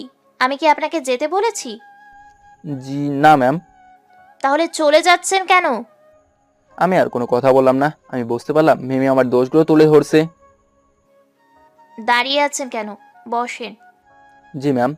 কথাটা বলে মিমির দিকে একবার তাকিয়েই ওর সামনে চেয়ারে বসলাম। মিমি দুটো ফাইল দেখে বলল, হ্যাঁ, ফাইল দুটো ঠিক আছে। কথাটা বলে ফাইল দুটো এক সাইডে রেখে টেবিলের নিচ থেকে 5টা ফাইল বের করে বলল, এই নেন, এই ফাইলগুলো ঠিক এই দুইটার মতোই কমপ্লিট করে আজকের মধ্যে আমাকে দিবেন। আমি মিমির কথা শুনে অনেকটা অবাক হলাম, কারণ এই 5টা ফাইল এটুকু সময়ের মধ্যে কমপ্লিট করা প্রায় অসম্ভব। আর যদি কোনো কিছুতে মন না দিয়েও একটানা ফাইলগুলো নিয়ে পড়ে থাকি, তাহলে দুপুরের লাঞ্চ তো দূরের কথা, এক গ্লাস পানিও খাওয়ার সময় পাবো না। কি হলো, কি ভাবছেন? না ম্যাম, কিছু না। তাহলে এখন ফাইলগুলো নিয়ে যান আর কমপ্লিট করতে থাকেন। জি ম্যাম। কথা বলে ফাইলগুলো নিয়ে চলে আসলাম।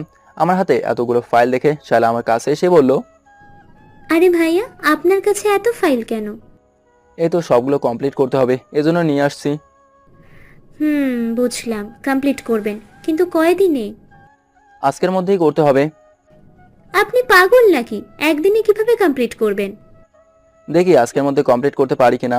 কথাটা বলেই চুপচাপ কম্পিউটার অন করে মেল বক্স থেকে দেখে দেখে ফাইলগুলো কমপ্লিট করতে লাগলাম। আর তখনই শালা বলল, আচ্ছা ভাইয়া, বুঝলাম না। ম্যাম আমাকে বলল আজকে কোনো ফাইল নেই, তাই আমাকে কোনো ফাইল দেয়নি, কিন্তু আপনাকে এত ফাইল দিল কেন? জানি না, হয়তো নতুন বলে দিয়েছে যাতে তাড়াতাড়ি আপনাদের মতো কাজ শিখে যাই। হ্যাঁ, সেটাও ঠিক, কিন্তু একদিনে কিভাবে কি? আমি জানি না। কথাটা বলেই কাজে মন দিলাম। শালা আর কোনো কথা বললো না। আমি যতটুকু সম্ভব তাড়াতাড়ি করার চেষ্টা করছি। এক পর্যায়ে লাঞ্চের সময় হয়ে গেল। সবাই লাঞ্চ করছে, কিন্তু আমি ফাইলগুলো নিয়েই পড়ে আছি। আর তখনই শালা এসে বলল, নীরব ভাইয়া, লাঞ্চ করবেন না? হ্যাঁ একটু পরেই করব, আপনি করে নেন।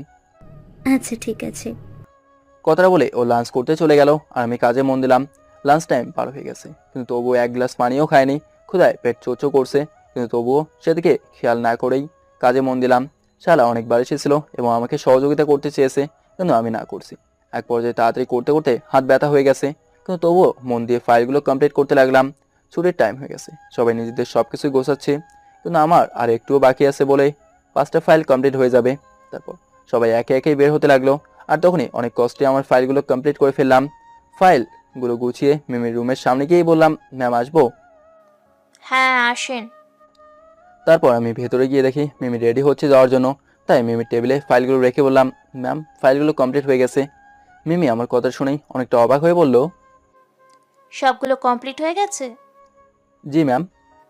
আচ্ছা ঠিক আছে, আপনি এখন যেতে পারেন। কথাটা বলতেই আমি চলে আসলাম। তারপর সবকিছু গুছিয়ে রেখে অফিস থেকে বের হয়ে রাস্তার ওই পারে যে চায়ের দোকানটা, সেখান থেকে 1 কাপ চা এবং একটা রুটি নিয়ে খেতে লাগলাম। আর এদিকে মিমি শালাকে বলল, শায়লা, তুমি কি নীরবকে ফাইলগুলো কমপ্লিট করতে হেল্প করেছো? না ম্যাম, আমি হেল্প করতে চেয়েছিলাম, কিন্তু উনি বলল সে নাকি একাই পারবে। ও আচ্ছা, তাহলে ঠিক আছে। ম্যাম জানেন, আজকে সে এক গ্লাস পানি খাওয়ারও সময় পাননি, তাই সারা দিন পানিটাও পর্যন্ত খায়নি। মিমি আর কোনো কথা বললো না।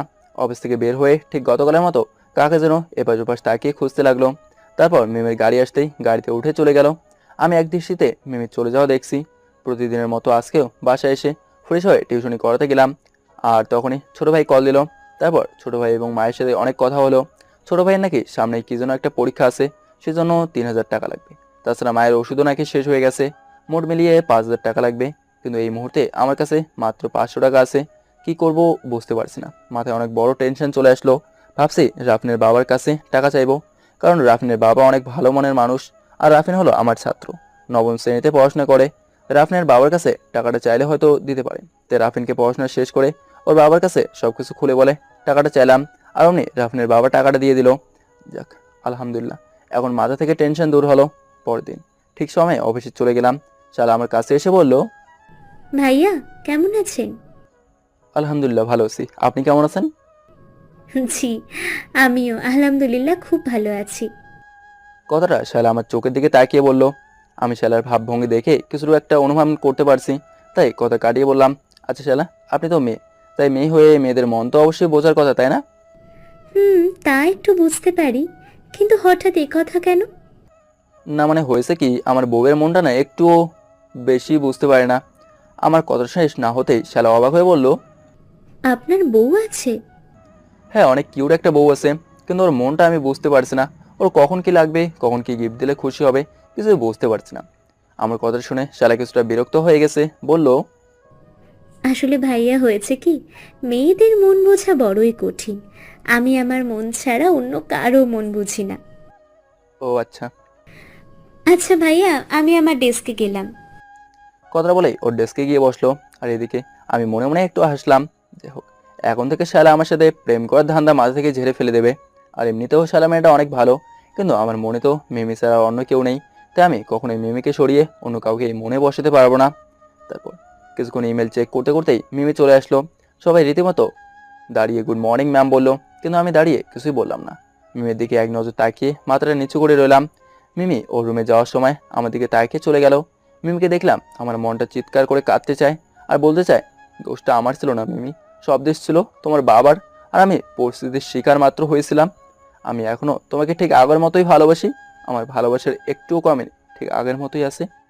আজকে কেন জানি মিমিকে দেখার পর মনটা কেমন কেমন করছে, একটুও ভালো লাগছে না, অনেক কষ্ট হচ্ছে। আর সেই আগের স্মৃতিগুলো খুব মনে পড়ছে। মিমির কথা ভাবতে ভাবতেই নিজের অজান্তেই চোখের কোণ বেয়ে এক ফোঁটা পানি গড়িয়ে পড়লো। তাই সঙ্গে সঙ্গেই পানি মুছে ফেললাম। আর এভাবেই কেটে গেল 3টা মাস। আর এই 3 মাসে মিমি আমাকে অনেক কষ্ট দিয়েছে। আর মিমির প্রতি যে ভালোবাসাটা ছিল তাও দ্বিগুণ বৃদ্ধি পেয়েছে। কারণ যত কষ্টই হোক না কেন, মিমিকে তো সামনাসামনি দেখতে পারছি। আজকে মাসে 28 তারিখ, আমাদের স্যালারি 2-3 দিনের মধ্যেই দিয়ে দেয়। যাই হোক, আজকেও ঠিক প্রতিদিনের মতোই অফিসে এসে ফাইলগুলো কমপ্লিট করছিলাম।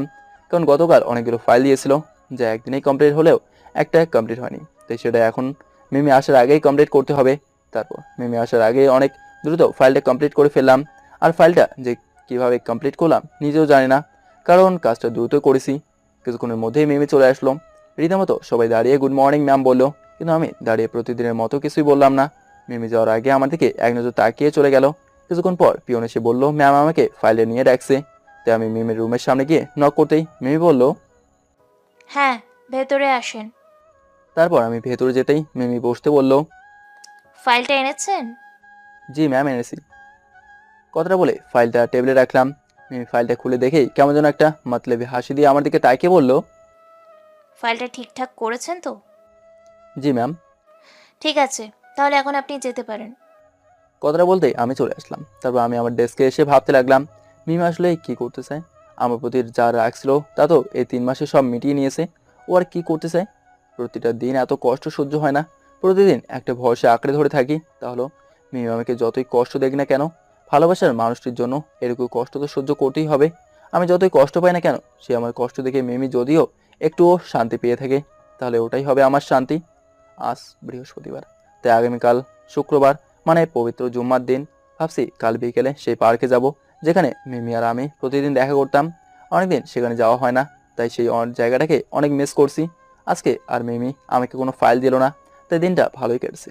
পরের দিন মানে শুক্রবার জুম্মার নামাজের পর খাওয়া দাওয়া করে একটু ঘুমিয়ে সেই পার্কে গেলাম, যেখানে আমরা প্রতিদিন দেখা করতাম। আমি সেই জায়গার সামনে যেতে দেখি মিমি আমার জন্য বসে অপেক্ষা করছে। আমি বাসা থেকে হেঁটে এসেছি, তাই অনেক ঘেমে গেছি। আর মিমি আমাকে দেখেই বসা থেকে উঠে বলল, নীরব, তুমি আজকেও হেঁটে এসেছো? দেখো তো কতটা ঘেমে গেছো। আমি নিজের চোখেও বিশ্বাস করতে তো পারছি না। মিমি আমার সামনে দাঁড়িয়ে আছে আর আমাকে এগুলো বলছে। আমি এক দৃষ্টিতে মিমির দেখে তাকিয়ে আছি। আমার চোখ দুটো ছলছল করছে। মনে চাচ্ছে এখনই মিমিকে জোরে ধরে কিছুক্ষণ কান্না করি, কারণ এই বুকে অনেক অনেক কষ্ট জমা হয়ে আছে। কি হলো, কথা বলছো না যে? আমি কি চলে যাব? আমার চোখের দিকে তাকিয়েই কথাটা বললো। আমি কি বলবো কিছুই বুঝতে পারছি না, তাই কোনো কথা না বলেই সঙ্গে সঙ্গে মিমিকে জোরে ধরে কান্না করে দিলাম। আর তখনই হঠাৎ মিমি উধাও হয়ে গেল। তাই বাতাসকে জোরে ধরলে যেমনটা সামনের দিকে হেলে পড়ে যায়, ঠিক তেমনইভাবে আমিও সামনের দিকে হেলে পড়ে যাওয়ার মতো। আগে নিজেকে সামলে নিয়েই চারদিকে তাকিয়ে দেখি মিমি নেই। আমি মিমিকে চারদিকে দেখতে না পেয়েই পাগলের মতো মিমি বলে জোরে চিৎকার দিয়ে মাটিতে হাঁটু গেড়ে কান্না করতে লাগলাম। আমি ঠিক পাগলের মতোই কান্না করছি আর চারদিকে তাকিয়ে মিমিকে দেখার চেষ্টা করছি, কিন্তু মিমি কোথাও নেই। তাই কান্না করার অবস্থায় আস্তে আস্তে উঠেই মিমি ঠিক যেখানে বসা ছিল সেখানে গিয়ে মিমির বসার জায়গায় হাত বুলিয়ে কান্না করতে করতে বললাম, এ মিমি, কোথায় গেলে তুমি? জানো না তোমাকে এই পাগলটা কতটা ভালোবাসে? তোমাকে ছাড়া থাকবো কিভাবে? তোমাকে ছাড়া যে আমি কিছুই ভাবতে পারি না। ফিরে এসো মিমি, প্লিজ, আবার আমার জীবনে ফিরে আসো। আমি আর কখনোই তোমাকে কষ্ট দেবো না। বিশ্বাস করো মিমি, আমার কোনো দোষ ছিল না, সব দোষ তোমার বাবার ছিল। সে আমাকে ইমোশনালি ব্ল্যাকমেল করেছে, যে কারণে আমি তোমাকে কষ্ট দিতে বাধ্য হয়েছি। প্লিজ মিমি, শুধু একবার ফিরে এসো, আমি আর কখনোই তোমাকে কষ্ট দেবো না। কান্না করতে করতে কথাগুলো বললাম, কিন্তু বুঝতে বাকি রইলো না যে মিমিকে এতক্ষণ আমি কল্পনা করছি। মিমি সত্যি সত্যি এখানে আসেনি, সব আমার মনের ভুল ছিল। সারাক্ষণ শুধু মিমিকে নিয়েই ভাবি বলেই সেই আগের পুরনো স্মৃতিগুলোর মধ্যেই মিমি আমার বাস্তব জীবনে কল্পনা হয়ে চলে এসেছে। আর হ্যাঁ, এটাই সত্যি, মিমিকে ছাড়া আমি কখনোই ভালো থাকতে পারবো না, এমনকি অন্য কোনো মেয়েকে জীবনসঙ্গীও বানাতে পারবো না। কারণ মিমি আমার প্রথম ও শেষ ভালোবাসা। আমি চোখের পানি মুছে রাস্তার পাশ দিয়ে অসহায়ের মতো হেঁটে বাসে যাচ্ছি, আর ভাবছি মিমিকে আগামীকাল সব সত্যি বলে দেব। সেদিন কি হয়েছিল আমার সঙ্গে, আর ওর বাবা কিভাবে আমাকে ইমোশনাল ব্ল্যাকমেল করেছিল, এমনকি আমার নামে সব কিছু বানিয়ে বানিয়ে মিথ্যে বলেছিল, যাতে আমার মতো গরিব ছেলেটাকে মিমি ভালোবাসে তো দূরের কথা, সহ্য পর্যন্ত না করতে পারে। তারপর কোনো মতে দিনটা কাটিয়ে পরের দিন, মানে আজ শনিবার, অফিসে গেলাম। আমার একটু তর্স হয়েছে না কখন মিমি আসবে আর কখন মিমিকে সব কিছু খুলে বলবো। এক কথায় গভীর আগ্রহে বসে আছি, কিছুই ভালো লাগছে না। শায়লা আমার সাথে অনেকবার কথা বলার চেষ্টা করছে, কিন্তু আমি সেই সুযোগ দেইনি। তারপর এভাবেই গভীর আগ্রহে বসে থাকতে থাকতেই হঠাৎ মিমি চলে আসলো। কিন্তু আজ মিমি ঠিক সময়ে আসেনি, 1 ঘন্টা দেরি করে এসেছে। কিন্তু তবুও মনটা ওকে দেখে যেন খুশিতে আত্মহার হয়ে পড়লো। সবাই দাঁড়িয়ে মিমিকে সালাম দিল, কিন্তু প্রতিদিনের মতো আজকেও কিছু বললাম না। কিন্তু মিমির দিকে গভীর দৃষ্টিতে তাকিয়ে আসি। ঠিক তখনই দেখি মিমির পেছন পেছন একটা ছেলে এসে হাজির হলো। দেখে মনে হচ্ছে ছেলেটা অনেক বড়লোক ঘরের, তার উপরে আবার দামি কোট বুট পরছে। ছেলেটা ভেতরে এসে সবাইকে দেখে একটা মুচকি হাসি দিয়ে মিমির পেছন পেছন মিমির রুমে গেল। আমি কিছুই বুঝলাম না ছেলেটা কে, আর মিমিও ঠিক যাওয়ার সময় আমার দিকে তাকে তাচ্ছিল হেসে চলে গেল। সবাই বসে যে যার মতো কাজ করছে, কিন্তু আমার মনের মধ্যে কেমন যেন ধুকপুক ধুকপুক করছে, একটু শান্তি পাচ্ছে না। আর কেন জানে বুকের মধ্যে অজানা হারানোর ভয় ক্রমশই গ্রাস করছে। কিছুক্ষণ এভাবেই চলতে চলতে হঠাৎ পিয়ন এসে বললো ম্যাম আমাকে ডাকছে। তাই আর দেরি না করেই মিমির রুমের সামনে গিয়ে ভাবতে লাগলাম আজ সব সত্যিই মিমিকে বলবোই। তারপর বললাম, ম্যাম আসতে পারি? হ্যাঁ, আসেন। কথাটা বলতেই ভেতরে গিয়ে দেখি ছেলেটা মিমির ঠিক অপর প্রান্তেই বসে আছে। ম্যাম আমাকে ডেকেছেন? হ্যাঁ, ডেকেছি, কিন্তু হ্যাঁ, 10 মিনিট আপনার সাথে কিছু কথা বলবো, যা অফিসের ভাষায় না, ঠিক আগের ভাষায়। মিমির কথাটা আমি ঠিক বুঝলাম না। মানে? মানেটা হলো, এখন তুমি এই 10 মিনিট অফিসের কেউ না, ঠিক আগের মতোই। মিমির কথা শুনে এবার বুঝতে পারছি মিমি কি বোঝাতে চাচ্ছে। তো মিস্টার নীরব, তুমি আমাকে কতটা ভালোবাসতে তা তো আমি নিজের চোখেই দেখেছি, কিন্তু আমি যে তোমাকে কতটা ভালোবাসতাম তা হয়তো তুমি জানতে না। মিমির কথাটা শুনে আমি কিছু বলতে যাব, ঠিক তখনই মিমি আমাকে হাতের ইশারা দিয়ে থামিয়ে বলল, আমাকে শেষ করতে দাও। কথাটা বলে আবার বলতে লাগলো, তুমি হয়তো জানতে আমি তোমাকে নিজে থেকেও বেশি ভালোবাসতাম, তাই তো সেই সুযোগটা কাজে লাগিয়ে আমার বাবার কাছ থেকে 1 কোটি টাকা হাতিয়ে নেওয়ার চেষ্টা করেছিলে। মিমির কথাটা শুনে অসহায়ের মতো মিমির দিকে তাকিয়ে রইলাম, মুখ ফুটে কিছু বলতে পারছি না। আচ্ছা, তুমি আমাকে একটা কথা বলো তো, তুমি যদি আমার কাছে ওই 1 কোটি টাকা চাইতে, তাহলে কি আমি দিতাম না? ওই 1 কোটি টাকা কেন লাগলে আমার সব কিছুই তোমাকে দিয়ে দিতাম, কিন্তু তবুও তোমাকে খুশি রাখার চেষ্টা করতাম। কিন্তু ওই সামান্য 1 কোটি টাকার জন্য আমার এত দামি ভালোবাসাটা বিক্রি করে দিতে তোমার একটু বিবেকে বাঁধলো না? আমি কি দোষ করেছিলাম তোমায় ভালোবেসে?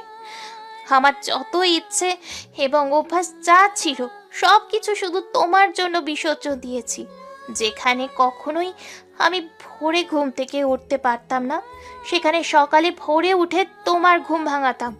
যেখানে আমাদের পরিবারের কেউই কখনো রান্না করেনি, সেখানে তোমার কথা চিন্তা করে অনেক কষ্টে রান্না শিখেছি। এটাই কি আমার দোষ ছিল? যেখানে প্রতিদিন 10,000 টাকা ছাড়া আমি চলতেই পারতাম না, সেখানে শুধু তোমার আর আমার ভবিষ্যতের কথা চিন্তা করে সব টাকা গোপনে ব্যাংকে জমিয়ে রেখে দিতাম। এটাই কি আমার অপরাধ ছিল? মিমির কথাগুলো শুনে চোখের পানি আর ধরে রাখতে পারলাম না। অনেক কষ্ট হচ্ছে, এমনকি নিজেকে অনেক অপরাধীও মনে হচ্ছে। তাই চুপচাপ মাথাটা নিচু করে দাঁড়িয়ে রইলাম আর চোখের পানি টপ টপ করে ফ্লোরে পড়তে লাগলো। কথায় আছে না, আল্লাহ যা করেন ভালোর জন্যই করেন। কথাটা একদম সত্যি। কারণ আমার ভাগ্য আসলেই অনেক ভালো, তাই তো তোমার মতো একটা চরিত্রহীন লম্পট ছেলের হাত থেকে মুক্তি পেয়েছি। মিমির কথাটা শোনার সঙ্গে সঙ্গেই মিমির দিকে কান্না ভেজা চোখে অবাক হয়ে তাকালাম। মিমি এটা কি বললো? আমি নাকি চরিত্রহীন লম্পট? মিমির মুখে কথাটা শুনে নিজেকে একটু ঠিক রাখতে পারছি না। মনে হচ্ছে কষ্টে এখনই আমার বুকটা ফেটে যাবে। এত কষ্ট হচ্ছে যা বলে বোঝাতে পারবো না। তাই মিমিকে কান্না জড়িত কণ্ঠে আস্তে করে বললাম, মিমি তুমি এটা কি বললে? আমি চরিত্রহীন লম্পট? হ্যাঁ, আমি ঠিক বলেছি। তোমাদের মতো ছেলেরা আমাদের মতো মেয়েদের কখনোই মন থেকে ভালোবাসে না, শুধু তাদের টাকাটাই ভালোবাসে। মিমির কথা শুনেই একটু রাগ হলো, তাই একটু জোরে বললাম, মিমি। চুপ করো। আজ তুমি না, আমি বলবো, তুমি শুনবে। কারণ তুমি কখনোই আমাকে মন থেকে ভালোবাসোনি, শুধু অভিনয় করেছো। আচ্ছা, তোমার কাছে কি চেয়েছি আমি? আর তুমি বা আমাকে কি দিয়েছো? কখনোই তো পারোনি ভালো একটা গিফট দিতে। আর তুমি দিতে চাইলেও আমি নিতে অস্বীকার করেছি, কারণ সেই টাকাটা তোমার বাবার। আর তোমার বাবার অনেক কষ্ট করে টাকা উপার্জন করে। আর তোমাকে ভালোবাসার সঙ্গে সঙ্গে তোমার পরিবারকেও অনেক ভালোবাসতাম বলেই তোমার বাবার কষ্টের টাকাটাকে এতটা সম্মান করতাম। কিন্তু তারপরেও তুমি আমার সাথে এত বড় বেইমানি কি করে করতে পারলে? আমি মিমির কথাটা শুনেই কান্না করতে করতে বললাম, মিমি আমি মানছি সব দোষ আমার ছিল, কিন্তু প্লিজ তুমি আমার কথাটা একবার শোনো। আমার প্রতি তোমার যত ভুল ধারণা আছে সব ভেঙে যাবে। আমার কথাটা শুনে সঙ্গে সঙ্গে মিমি বলল, থাক, আর বলতে হবে না। কারণ এখন তুমি যতই বাহানা দাও না কেন, কোনো লাভ হবে না। কারণটা হলো, আমি আর কয়েকদিন পরেই রনির বউ হতে চলেছি। মিমির কথাটা শোনার সঙ্গে সঙ্গেই বুকের মধ্যে ধুক করে উঠলো। মনে হলো মাথায় যেন পুরো আকাশটাই ভেঙে পড়ছে। আমি ঠিক পাগলের মতো ছেলেটার দিকে তাকালাম। ছেলেটা বেশ খুশি, আর মিমিকে দেখে মনে হচ্ছে মিমিও খুশি। জানো ওকে? আমি কোনো কথাই বললাম না, কারণ এখনো আমি নিজের কানকেও বিশ্বাস করতে পারছি না মিমির বিয়ে হয়ে যাবে, তাও আবার ওই ছেলের সাথে। তুমি অবশ্য জানবে কিভাবে? আমার কাছে থেকেই শুনে নাও। ও হলো রনি, আর ওদের আমেরিকায় 3টা কোম্পানি আছে, আর বাংলাদেশে 5টা। ওদের বাড়িতে কাজের লোকের অভাব নেই, তাই কখনো হয়তো আমাকে এক গ্লাস পানিও ঢেলে খেতে হবে না। ও ও আজ আমেরিকা থেকে এসেছে আমার সাথে দেখা করার জন্য। তুমি 3 বছর যা দিতে পারোনি, তা হয়তো ও একদিনেই নিয়ে আসছে। কথাগুলো আমাকে অপমান করে বলে রনিকে বলল, রনি, তুমি আমার জন্য কি এনেছো? মিমির কথাটা শুনেই ছেলেটা মুচকি একটা হাসি দিয়ে বলল, তোমার জন্য পিওর ডায়মন্ডের 2টা জিনিস এনেছি, আংটি এবং চেন। ও গুড। তো ওই 2টার দাম কত হবে?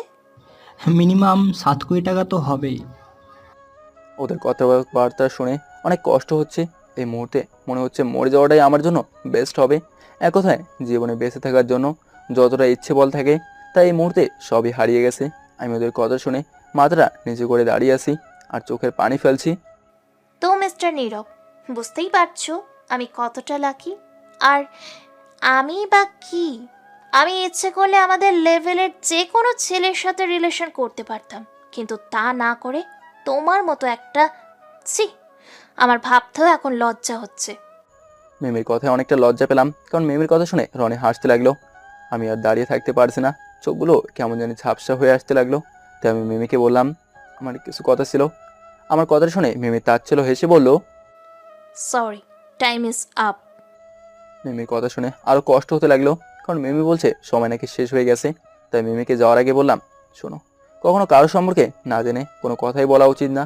আমি কিন্তু তোমাকে কোনো দোষ দেবো না, কারণ সব দোষ একজনের, আর সেই লোকটা কে তা একদিন তুমি ঠিকই জানতে পারবে, কিন্তু সেদিন খুব দেরি হয়ে যাবে। কথাটা বলেই চোখটা মুছতে মুছতেই চলে আসলাম, আর এসে সোজা ওয়াশরুমে চলে গেলাম। ওয়াশরুমে এসে নিজেকে একটুও ঠিক রাখতে পারছি না। মনটা চাচ্ছি চিৎকার দিয়ে কান্না করি, কিন্তু এখানে তো আর চিৎকার দিয়ে কান্না করা যাবে না। তাই বারবার চোখে পানি দিচ্ছি আর শব্দহীন কান্না করছি। আজ আমার চোখ এবং মন দুইটাই আমার বিরুদ্ধে চলে গেছে, কারণ আমার নিজের অজান্তেই মনটা কেঁদে যাচ্ছে, আর তার ওই সঙ্গী হিসেবে চোখ দুটো অঝরে কষ্ট নামক পানি বিসর্জন দিচ্ছে। ওরা দুজনে আজ থামতে চাচ্ছে না, এখন এত কষ্ট ওদের সহ্য হচ্ছে না। আমি চোখের পানি আড়াল করার জন্য বারবার চোখে পানি দিচ্ছি, যাতে কেউ বুঝতে না পারে আমি কান্না করছি।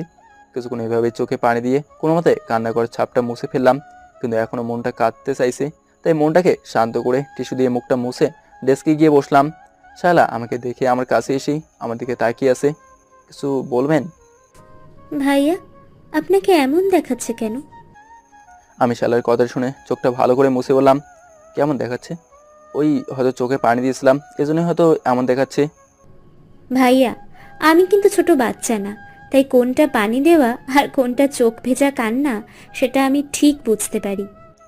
শালার কথা শুনে আর কিছু বললাম না, মাথাটা নিচু করে রইলাম। ভাইয়া, আমি সেই প্রথম থেকেই কিছু একটা অনুমান করতে পেরেছিলাম, আর আজ সেটাই সত্যি হলো। মানে? মানেটা আপনি ভালো করেই বুঝতে পারছেন তো ভাইয়া, আর লুকিয়ে লাভ নেই। প্লিজ সত্যিটা জানতে চাচ্ছি, বলেন। আমি আর কথাটা লুকাতে পারলাম না, শালাকে সব কিছুই খুলে বললাম। কিন্তু মিমির বাবার সঙ্গে কী কী হয়েছিল সেটা বললাম না, এমনি শালাকে বলে দিয়েছি এই কথা, সেজন্য আর অন্য কাউকে কিছু না বলে। তারপর কিছুক্ষণ পরেই মিমি ওই ছেলেটাকে নিয়ে অফিস থেকে বের হয়ে গেল। মনে হয় আজকের অফিসে আসবে না। আমি কিছুই বললাম না, মন খারাপ করে বসে রইলাম। শালা মিমিকে ওই ছেলেটার সাথে বেরিয়ে যেতে দেখে সেও মন খারাপ করে বসে রইলো। আর যখনই দেখলো আমি মন খারাপ করে বসে আছি, ঠিক তখনই শালা আমার কাছে এসে আমাকে বোঝাতে লাগলো যাতে আমি মন খারাপ করে না থাকি। আমি আর শালা কিছুক্ষণের মধ্যেই ভালো বন্ধুর মতো হয়ে গেলাম, কারণ আজকের মতো কথা আর কখনোই আমাদের হয়নি। শালা মেয়েটা অনেক ভালো, আর আমি ঠিক বুঝতে পারছি ও আমাকে পছন্দ করতে শুরু করছে। কিন্তু এটা তো সম্ভব না, কারণ মিমি ছাড়া আমার মনে কেউ ছিল না এবং থাকবেও না। আমি ভেবেছিলাম মিমি হয়তো আজকে আর আসবে না, কিন্তু মিমি 4টার দিকে একাই অফিসে এসে আমাকে 3টা ফাইল দিয়ে গেল আর বললো এই 3টা কালকের মধ্যেই কমপ্লিট করতে। কিন্তু আমি বুঝতে পারছি না এত লোক থাকতে আমাকেই কেন এইসব ফাইল দেয়। মিমি যেই 3টা ফাইল দিয়েছে তা আমি 2-3 ঘন্টার মধ্যেই কমপ্লিট করতে পারবো, কারণ অভ্যাস হয়ে গেছে। কিন্তু মিমি কেন জানি কালকের পুরো দিনটাই দিয়ে দিল। জানি না মিমির মনে কী চলছে। আর মিমি বলবো এই ফাইলটা নাকি অনেক গুরুত্বপূর্ণ, তাই হয়তো পুরো একদিন দিয়েছে। তারপর দিন শেষে অফিস থেকে বের হয়ে ওই চায়ের দোকানে বসলাম না, কারণ কিছুই ভালো লাগছে না। মিমির কথাগুলো এখনও মাথায় ভন ভন করছে। আজকে আর কোথাও সময় নষ্ট না করে সোজা বাসায় গিয়ে শুয়ে এলাম। আর তখনই ছোটো ভাই গ্রাম থেকে কল দিল। আমি কলটা রিসিভ করে যেয়ে না হ্যালো বলবো, ঠিক ওই সময় ছোটো ভাই কান্না করতে লাগলো। তাই শোয়া থেকে লাফ দিয়ে উঠেই বললাম, এই ছোটো, কান্না করছিস কেন, কি হয়েছে? ভাইয়া, মা যেন কেমন করছে, তার শরীরটা একটুও ভালো না। ভাই তুই এক কাজ কর, রহিম চাচাকে বলে মাকে নিয়ে এখনই কোনো একটা হসপিটালে নিয়ে যেতে, সাথে তুইও যা। হ্যাঁ ভাইয়া, যাচ্ছি। কথাটা বলেই কলটা কেটে দিয়ে দৌড়ে রহিম চাচার বাড়িতে গিয়ে তাকে নিয়ে আসলো। তারপর রহিম চাচা এবং ছোটো মিলে মাকে হসপিটালে নিয়ে গেল। আমি এদিকে আমার ছোটো ভাইকে অনেকক্ষণ ধরেই কল দিচ্ছি, কিন্তু ছোটো ভাই কেন জানি কলটা ধরছে না। তাই আমার টেনশন আরও দ্বিগুণ বেড়ে গেল। আমি কি করব কিছুই বুঝতে পারছি না, মাথাটা ভন ভন করে ঘুরছে। এক কথায় একটু শান্তি পাচ্ছি না। একদিকে মিমির টেনশন আর অন্যদিকে মায়ের এই টেনশন মিলে যেন আমাকে ক্রমশই গ্রাস করছে। কি করব কিছুই বুঝতে পারছি না, মাথাটাও ভন ভন করে ঘুরছে। আমি আরও কয়েকবার ছোট ভাইকে কল দিলাম, কিন্তু ধরলো না। হয়তো ও ব্যস্ত আছে বা মোবাইলটা ওর সাথে নেই। আমি কিছুক্ষণ এভাবেই ভাবতে ভাবতে ঘুমিয়ে পড়লাম। হঠাৎ ফোনটা বেজে উঠতেই আমার ঘুমটা ভেঙে গেল। সঙ্গে সঙ্গে মোবাইলটা হাতে নিয়ে দেখি ছোট ভাই কল করেছে। তাই সঙ্গে সঙ্গেই কলটা রিসিভ করে বললাম, কিরে কি হয়েছে, ফোন ধরছিলি না কেন? আসলে ভাইয়া, রহিম চাচাকে সঙ্গে নিয়ে মাকে হসপিটালে নিয়ে গেছি, তাই একটু ব্যস্ত ছিলাম, সেজন্য কল ধরতে পারিনি। হ্যাঁ বুঝলাম, তো মা এখন কেমন আছে? এই তো ভাইয়া, এখন মোটামুটি ভালোই আছে। ডাক্তার বলেছে মা নাকি অনেক টেনশন করে, তাই ডক্টর মাকে টেনশন করতে নিষেধ করেছে। মাকে টেনশন করতে কে বলেছে? তুই মাকে ভালো করে বুঝিয়ে বলবি টেনশন না করতে। আমি স্যালারিটা পেলেই আসবো, এর আগে আসতে পারবো না। ভাইয়া, তোমার অনেক কষ্ট হয়েছে তাই না? আরে ধুর, কি বলিস, কষ্ট হবে কেন? আমি ভালোই আছি। এখন যে অফিসে আছি সেখানকার লোকজন অনেক ভালো, কাজের প্রেশারও অনেক কম। যাক ভাইয়া, তুমি ভালো আছো শুনলে আমাদের অনেক ভালো লাগে। আচ্ছা হয়েছে, এখন রাখছি। আর পরে কি হয় না হয় আমাকে কল করে জানাবি। আচ্ছা ভাইয়া, তাহলে রাখছি। রাখ। কথাটা বলেই কলটা কেটে দিলাম। যাক, আলহামদুলিল্লাহ, এখন মায়ের দিক থেকে টেনশনটা একটু দূর হলো। অনেকক্ষণ ক্ষুধা লাগছে, তাই মোবাইলে তাকে দেখি রাত 9টা বাজে। তাই উঠে হাত মুখ ধুয়ে হোটেলে গেলাম খাওয়ার জন্য। কিন্তু তখনই মিমির কথাগুলো মনে পড়ে গেল।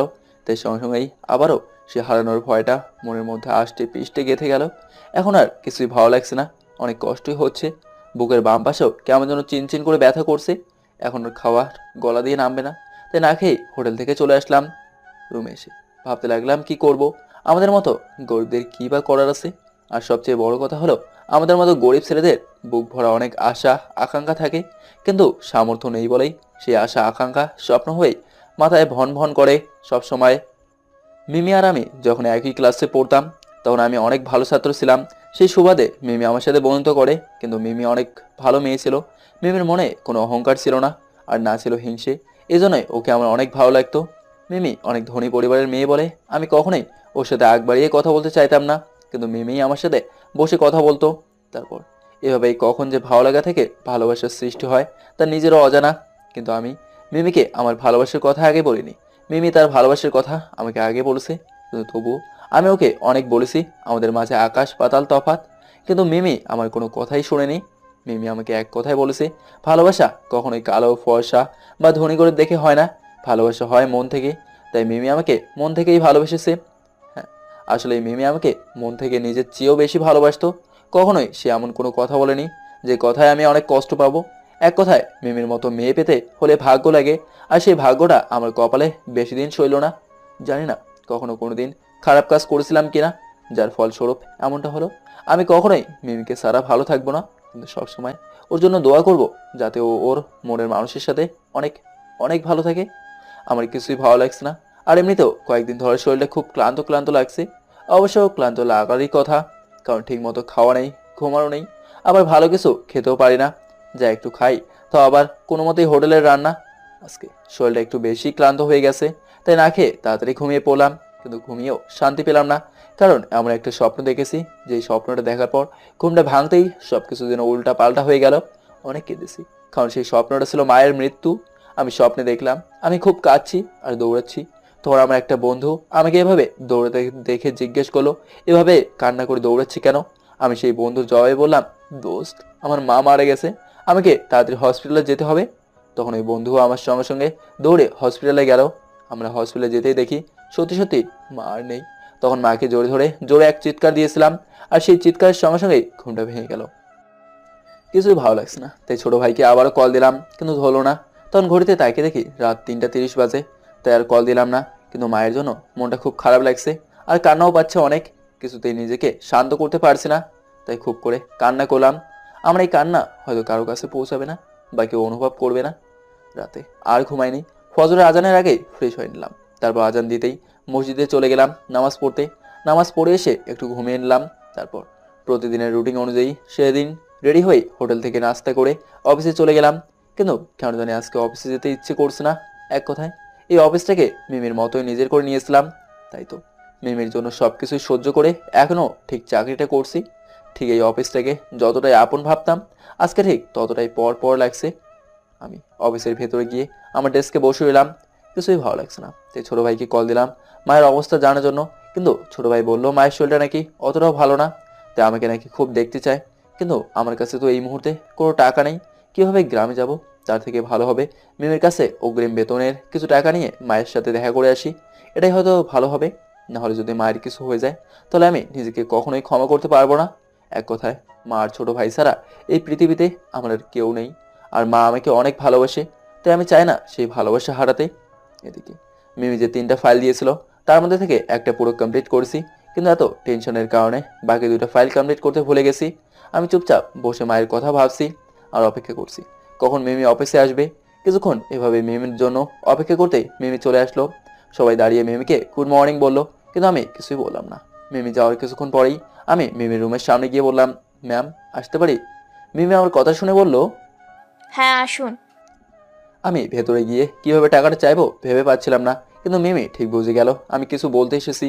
তাই মিমি আগ বাড়িয়ে বলল, কিছু বলবেন? মিমির কথাটা শুনে একটু সাহস পেলাম, তাই আর সংকোচ না করেই বললাম, ম্যাম আমার কিছু টাকার দরকার ছিল, খুবই প্রয়োজন। আমার কথাটা শুনেই মিমি আমার দিকে তাকিয়ে বলল, এখন টাকা দিয়ে কি করবেন? 2-3 দিন পর তো এমনিতেই স্যালারি পেয়ে যাবে। জি ম্যাম তা জানি, কিন্তু আমার একটু গ্রামে যেতে হবে, তাই টাকাটা লাগবে। ও আচ্ছা, তো কত লাগবে? 1,000 হলেই হবে। মিমি আমার কথাটা শুনে কেমন তাচ্ছিল্য হেসে বলল। মাত্র 3,000 টাকা দিয়ে হবে তো? আমি মিমির কথা শুনে মনে মনে ভাবলাম মিমি অনেকটা পাল্টে গেছে, আর ওর মধ্যে সেই গরিব ভাবটাও আর নেই। মিমি হয়তো জানে না গরিবদের জন্য এই 3,000 টাকাই অনেক। আমি কোনো কথা বললাম না, তাই মিমি আগ বাড়িয়ে আর কিছু না বলে ওর ব্যাগ থেকে 3,000 টাকা বের করে আমাকে দিল, আমি টাকাটা হাতে নিয়ে বললাম, ম্যাম আরেকটা কথা ছিল। হ্যাঁ বলুন। ম্যাম আজকে এবং কালকে এই 2 দিন ছুটি দিলে ভালো হতো, গ্রামে যেতাম। আচ্ছা ঠিক আছে যান, কিন্তু 2 দিনের বেশি থাকবেন না, ওকে? জি ম্যাম, থ্যাংক ইউ। কথাটা বলেই বেরিয়ে আসলাম। আমার একটু খেয়াল নেই আমি আরও 2টা ফাইল কমপ্লিট করে নিই। আর মিমি বলেছিল এই 3টা ফাইল আজকের মধ্যে কমপ্লিট করে জমা দিতে, না পারলে প্রজেক্ট 3টাই হারাতে হবে, এতে অনেক লস হয়ে যাবে। কিন্তু আমার এত টেনশনের মধ্যে একটু খেয়াল নেই। তাই আসার সময় শায়লাকে মায়ের বিষয়ে সব কিছুই বললাম, এমনকি ওই স্বপ্নের কথাও বলেছি। তখন শায়লাও মায়ের কথা শুনে মনটা খারাপ করে ফেললো। যাই হোক, কিছুক্ষণের মধ্যেই অফিস থেকে বের হয়ে চলে আসলাম। বাসায় গিয়ে রেডি হয়ে গ্রামে চলে গেলাম। গ্রামে গিয়ে আগে সোজা হসপিটালে গিয়ে মায়ের সাথে দেখা করলাম। মায়ের শরীর আসলে অনেক খারাপ, মুখটা কেমন ফুলে গেছে আর ঠিকমতো কথাও বলতে পারে না। মা আমাকে দেখে ওই অবস্থা উঠেই আমাকে জোরে ধরে কান্না করতে করতে বলল, কি রে বাপ, তোর এই অবস্থা কেন? এত শুকিয়ে গিয়েছিস কেন? তোর অনেক কষ্ট হচ্ছে। আরে মা কি বলো, কষ্ট হবে কেন? আমার একটু কষ্ট হচ্ছে না, কিন্তু তোমার এই অবস্থায় আমি কি ভালো থাকতে পারি বলো? আমার কিছুই ভালো লাগে না মা। তোমার কিছু হয়ে গেলে আমার কি হবে, ছোটোর কি হবে? আমরা যে পুরো এতিম হয়ে যাব। কথা বলেই কান্না করে দিলাম। আমার কথাটা শুনে ছোট ভাই কান্না করছে, সাথে রহিম চাচাও কান্না করছে। রহিম চাচা হলো বাবার সবচেয়ে কাছের বন্ধু, কিন্তু সেও আমাদের মতো গরিব হলেও তার মনটা অনেক বড়। তারপর কিছুক্ষণ মায়ের সাথে গল্প করতে করতেই বিকেল হয়ে গেল। সবাইকে অনেকদিন পর কাছে পেয়ে মোবাইলের কথা ভুলেই গেছি। গতকাল রাতে টেনশনে মোবাইলটা চার্জ দিতে পারেনি, মনে ছিল না, তাই মোবাইলটা দুপুরের পর থেকেই বন্ধ হয়ে গেছে। এখন বিকেল 5টা বাজে, তার মানে অফিস টাইম শেষ হলো। কিন্তু তখনই হঠাৎ ফাইলগুলোর কথা মনে পড়লো। আমি তো আরও 2টা ফাইল কমপ্লিট করিনি। কিন্তু মিমি তো বলেছিল 3টা ফাইল আজকের মধ্যেই কমপ্লিট না হলে প্রজেক্ট 3টাই হারাতে হবে, আর এতে অনেক লস হয়ে যাবে। কিন্তু এখন আমি কি করি? আমি কোনো কিছু ভাবতে পারছি না, এত বড় ভুল কীভাবে করলাম। আর না জানি মিমি এবং শায়লা আমাকে কতবার কল দিয়েছে। তারপর আর কিছু না ভেবেই 10 মিনিট মোবাইলটা চার্জ দিয়েই শায়লাকে কল দিলাম। শায়লার কল দিতেই শায়লার সঙ্গে সঙ্গে রিসিভ করলো, হয়তো মোবাইল হাতেই ছিল। শায়লা কলটা রিসিভ করেই আমাকে বলল, নীরব ভাইয়া, ভাইয়া একটা ঝামেলা তো হয়ে গেছে। আপনাকে যে 3টা ফাইল দিয়েছিল ওগুলো তো আপনি কমপ্লিট না করেই চলে গেছেন। আমি শায়লার কথা শুনে কি বলবো বুঝতে পারছি না, তাই একটু আমতা আমতা করে বললাম, শায়লা আপনি বিশ্বাস করেন আমার একটুও মনে ছিল না। গতকাল রাতে টেনশনে ঘুমাতে পারিনি। একদিকে মিমির টেনশন আর অন্যদিকে মায়ের টেনশন, এই 2 টেনশন মিলে আমাকে ডিপ্রেসড করেছিল। ভাইয়া আমি তো বুঝতে পারছি আপনার মনে এখন কি ঝড়টাই না চলছে, কিন্তু ম্যাম তো পুরো রেগে আগুন হয়ে আছে। কারণ অলরেডি ম্যামের কাছে অনেক কল চলে এসেছে ওই ফাইলগুলোর জন্য, কিন্তু ম্যাম কারো কলই ধরেনি, অনেক রেগে আছে। শায়লা আমার না এখন ভয় করছে, আমি এখন কি করব? ভাইয়া শুনুন, আপনি এক কাজ করেন, ম্যামকে কল দিয়ে সব কিছু বুঝিয়ে বলেন। হ্যাঁ হ্যাঁ তাই করতে হবে। আপনি মিমির নাম্বারটা একটু বলেন, আমি কল দিচ্ছি। হ্যাঁ হ্যাঁ জি জি লেখেন, 0178148। শালার কথা মতো এটুকু নাম্বার ওঠাতেই দেখি মোবাইলের স্ক্রিনে মাই লাইফ নামটা ভেসে উঠেছে। নামটা দেখেই অনেকটা শকড খেয়ে এক দৃষ্টিতে তাকিয়ে আছি, কারণ এটা মিমি সে আগের নাম্বার যেটা মিমি বন্ধ রেখেছিল, কিন্তু এখন আবার কি মনে করে সিমটা চালু করেছে। কি হলো ভাইয়া, চুপ করে আছেন যে? থাক নাম্বারটা লাগবে না, এই নাম্বারটা আমার কাছে আছে। কিন্তু ভাইয়া আপনি তো বলেছিলেন ম্যাম নাম্বার অফ করে দিয়েছে। হ্যাঁ অফ করে দিয়েছিল প্রায় 1 বছর, পরে আমি আর কল দিইনি, ভেবেছি সিমটা হয়তো নষ্ট করে ফেলেছে, কিন্তু এখন দেখছি আবার চালু করছে। আচ্ছা ভাইয়া আপনি কল দেন। কথা বলে শালা কল কেটে দিল। আমি মিমিকে কল দিতেই ওদিকে মিমি রেগে চুপচাপ বসে আছে। আর তখনই মিমির ফোনটা বেজে উঠলো। মিমিও ফোনের দিকে তাকিয়ে দেখলো মাই লাইফ নামটা ভেসে উঠেছে। মিমি অনেকটা অবাক হয়ে ফোনটা হাতে নিয়ে নাম্বারটার দিকে এক দৃষ্টিতে তাকিয়ে আছে। আর তখনই কলটা বাজতে বাজতে কেটে গেল। তারপর আবার কল দিতেই মিমি রিসিভ করে চুপ করে আছে। হ্যালো কে আপনি? ম্যাম, আমি নীরব বলছি। তো কল দিয়েছেন কেন? ম্যাম সরি, আমার একটু মনে ছিল না ওই 2টা ফাইলের কথা। তো কেন মনে ছিল না? মিমির কথাটা শুনে কি বলবো কিছু বুঝতে পারছি না, তাই আমতা আমতা করে বললাম, আসলে ম্যাম মায়ের শরীরটা খারাপ তো তাই একটু টেনশনে ছিলাম, সেজন্যই তাড়াহুড়ো করেই চলে আসছি। তাই বলে এত বড় ভুল করবেন আপনি? জানেন আপনার এই একটা ভুলের কারণে আমার 10 কোটি টাকার ক্ষতি হয়েছে। এই টাকা কে দিবে? আমি মিমির কথা শুনে কিছু বললাম না, কারণ বলার ভাষাই নেই। কি বলবো, ভুলটা তো আমারই। আমি চুপ করে আসি বলে মিমি কিছুটা রেগে বলল, কি হলো, কথা বলছেন না কেন? Ma'am sorry. কিসের সরি? জানেন আপনার এই একটা ভুলের কারণে আমার কোম্পানি কতটা ডাউন হয়ে যাবে? ম্যাম আমার মা অনেক অসুস্থ, তাই সেদিন মায়ের কথা ভাবতে ভাবতেই সবকিছু ভুলে গিয়েছিলাম। তো এখন আমি কি করব? আপনার মা অসুস্থ। ম্যাম একটু বোঝার চেষ্টা করেন, আমি সত্যি গতকাল রাতে ডিপ্রেশনে চলে গিয়েছিলাম।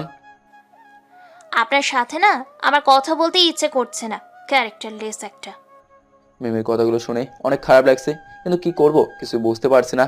সরি ম্যাম, প্লিজ রাগ করবেন না, আমার পরিস্থিতিটা একটু বোঝার চেষ্টা করুন। আমার কথা শুনে মিমি আরো রেগে বলল, শাট আপ, আপনি আর একটা কথাও বলবেন না। আর হ্যাঁ, আপনি এই চাকরিটার যোগ্যই না। ম্যাম কি বলছেন এসব? হ্যাঁ, আমি ঠিকই বলছি, তাই আমি আপনাকে আমার কোম্পানি থেকে ফায়ার করতে বাধ্য হচ্ছি। আই অ্যাম সরি মিস্টার নীরব। মিমির কথাটা শুনে পুরো স্তব্ধ হয়ে গেলাম, কারণ আমার এই পরিস্থিতিতে যদি চাকরিটা চলে যায় তাহলে মরে যাওয়া ছাড়া আমার কাছে আর কোনো পথ থাকবে না। আর হ্যাঁ, আপনার এই কাজের জন্য আমি ইচ্ছে করলে আপনাকে পুলিশে দিতে পারতাম, কিন্তু না, আমি সেই কাজ কখনোই করব না, কারণ আমি সবার মতো স্বার্থপর না। মিমির কথাগুলো শুনেই এক নিমেষে যেন আমি সকল আশা ভরসা হারিয়ে ফেললাম। চারিদিক থেকে ঘন অন্ধকার যেন আমাকে সেয়ে যাচ্ছে, দু চোখে কিছুই দেখতে পারছি না, শুধু অঝরে চোখ দিয়ে পানি গড়িয়ে পড়ছে। তারপর নিজেকে একটু শান্ত করে বললাম, প্লিজ ম্যাম, এমনটা করবেন না, এই সময়ে আমার এই চাকরিটা অনেক প্রয়োজন। সরি মিস্টার নীরব, আমি একবার যা বলি তাই করি, আমার কথা একটুও নড়চড় হয় না। সো আমি আপনাকে ফায়ার করেছি, তাই আপনাকে আর অফিসে আসতে হবে না।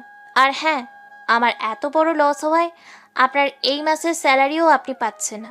So I am sorry. কথাটা বলেই কলটা কেটে দিল। আমি মিমির এই কথা শুনেই পাগলের মতো হয়ে হ্যালো হ্যালো বলতে লাগলাম, কিন্তু পরে দেখি কলটা কেটে দিয়েছে। আমি মিমিকে আরও দুবার কল দিলাম, কিন্তু হলো না, তাই তিনবারের মতো কল দিতেই দেখি ফোন বন্ধ। মিমির ফোন বন্ধ দেখে আমার মাথায় কিছু কাজ করছে না, কি করব আর মিমিকে কিভাবে বা বোঝাবো কিছু বুঝতে পারছি না। আর এদিকে আমাদের পরিস্থিতি এবং আর্থিক অবস্থা একটুও ভালো না। এই চাকরিটা যদি চলে যায় তাহলে কি করব আর কি বা খাবো কিছুই মাথায় আসছে না। তার উপরে স্যালারিও নাকি পাবো না, কিন্তু মায়ের পেছনে অনেক টাকার দরকার, কারণ যে হসপিটালে মাকে ভর্তি করিয়েছি সেখানে অনেক টাকা লাগবে। আর সেই টাকা কীভাবেই দিব এবং মায়ের ওষুধের টাকাই বা কীভাবে জোগাড় করব কিছুই মাথায় আসছে না। আমি কোনো কিছুই ভাবতে পারছি না। মিমি এতটা স্বার্থপর কীভাবে হয়ে গেল? আমি না হয় ভুল করছি, কিন্তু সেটা তো আমি ইচ্ছে করে করিনি, সব মিমির বাবার চাল ছিল। যাই হোক, আমি না হয় দোষ করছি, কিন্তু আমার মাকে দোষ করছি। আমার মায়ের জন্য হলেও তো স্যালারিটা দিতে পারবো। আমি চুপচাপ হসপিটাল থেকে বের হয়ে রাস্তার পাশ দিয়ে অসহায়ের মতো হাঁটতে লাগলাম।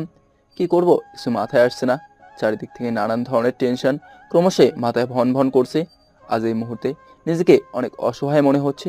তাই কিছুক্ষণ পর আকাশের দিকে তাকিয়ে মনে মনে চিন্তা করি, আল্লাহ, আমার থেকে এটা কেমন পরীক্ষা নিচ্ছ? এখন আমি কি করব, কোথায় যাব, আর টাকাই বা কোথায় পাবো? রাস্তা দিয়ে হাঁটছিলাম আর মনে হয়ে এগুলোই ভাবছিলাম। আর এগুলো ভাবতে ভাবতে কখন যে রাস্তার মাঝখানে চলে গেছি খেয়ালই নেই। অপর পাশ দিয়ে একটা বাস দ্রুত আসতে আসতে হর্ন দিতে লাগলো, কিন্তু আমার কানে ওই হর্নের শব্দ একটুও যাচ্ছে না। বাসটা অনেক জোরেই চলছিল, তাই ব্রেক করার পরেও আমাকে ধাক্কা দেবে ঠিক তখনই কোথা থেকে যেন একটা ছেলে দৌড়ে এসেই আমাকে ধাক্কা দিয়ে সরিয়ে রাস্তার পাশে নিয়ে আসলো। আর তখনই আমার হুঁশ ফিরল। আর ওইদিকে বাসের হেল্পার এবং ড্রাইভার আমাকে গালাগাল দিতে দিতে চলে গেল। ছেলেটা আমাকে রাস্তার পাশে এনেই বলল, এই মিয়া, আপনি পাগল নাকি? আরেকটু হলেই তো বাসের নিচে চাপা পড়তেন। আমি ছেলেটার কথা শুনে কিছু বললাম না, কারণ কি বলবো, এখন তো আমি বেঁচেও প্রায় মৃত। আমি ছেলেটার কাঁধে হাত দিয়ে চোখের ভাষায় ধন্যবাদ জানিয়ে আবার আস্তে আস্তে হেঁটে চলে যেতে লাগলাম। ছেলেটা এবং রাস্তার পাশে থাকা লোকজন অবাক দৃষ্টিতে আমার দিকে তাকিয়ে রইলো, কিন্তু আমি তাদের পরোয়া না করে নিজের মতোই রাস্তার পাশ দিয়ে হেঁটে হেঁটে বাসে যেতে লাগলাম। এখান থেকে বাসা অনেক দূর, কিন্তু আমার কাছে বেশি টাকা নেই, তাই রিক্সায় গেলাম না। প্রায় ঘন্টাখানেক হেঁটে বাসায় আসলাম। আর বাসায় এসেই ভাবতে লাগলাম কি করা যায়, মাথাটা একটুও কাজ করছে না।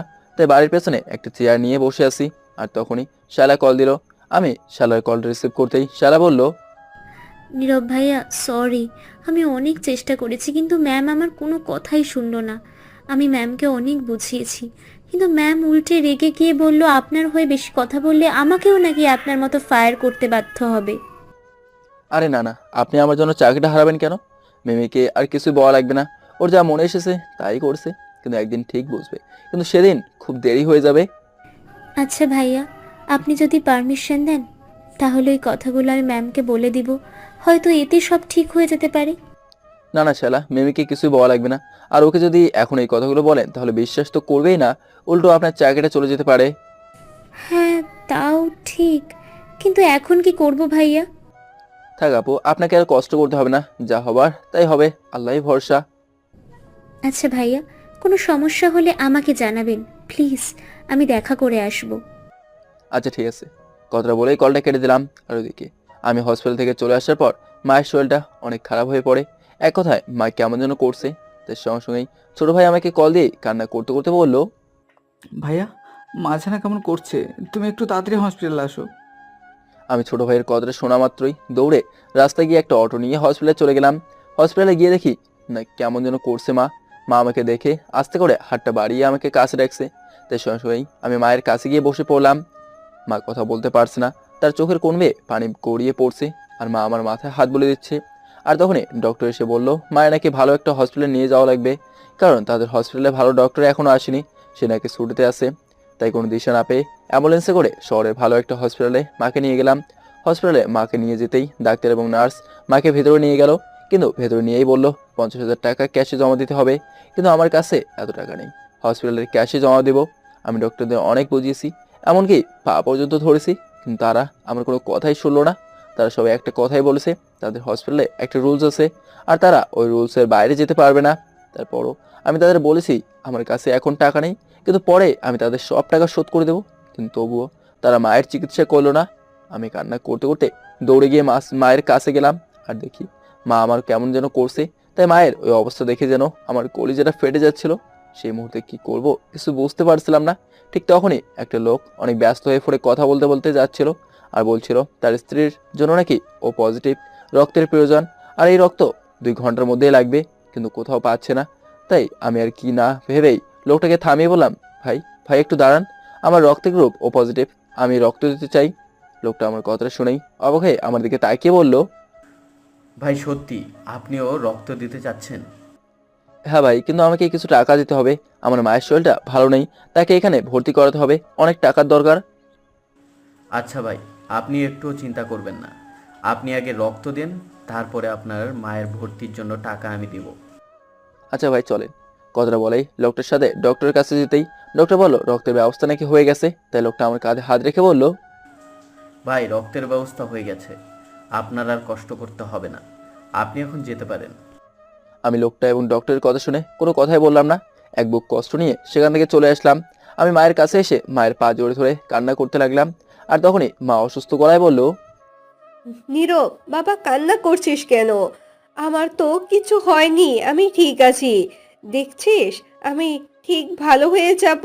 আর আমি জানি এখানে অনেক টাকা লাগবে, তাই আমি এখানে ভর্তি হতে চাই না। তুই আমাকে বাসায় নিয়ে যা, আমার বাসায় যেতে খুব ইচ্ছে করছে। আমি মায়ের কথাটা শুনেই কান্না করতে করতে মাথা নেড়ে বললাম, হ্যাঁ মা, তুমি ঠিক হয়ে যাবে, আগের মতোই হয়ে যাবে। কিন্তু তোমাকে এখন বাসায় গেলে হবে না, আমি তোমাকে আজকে এখানে ভর্তি করাবো। তুমি একটু থাকো, আমি আসছি।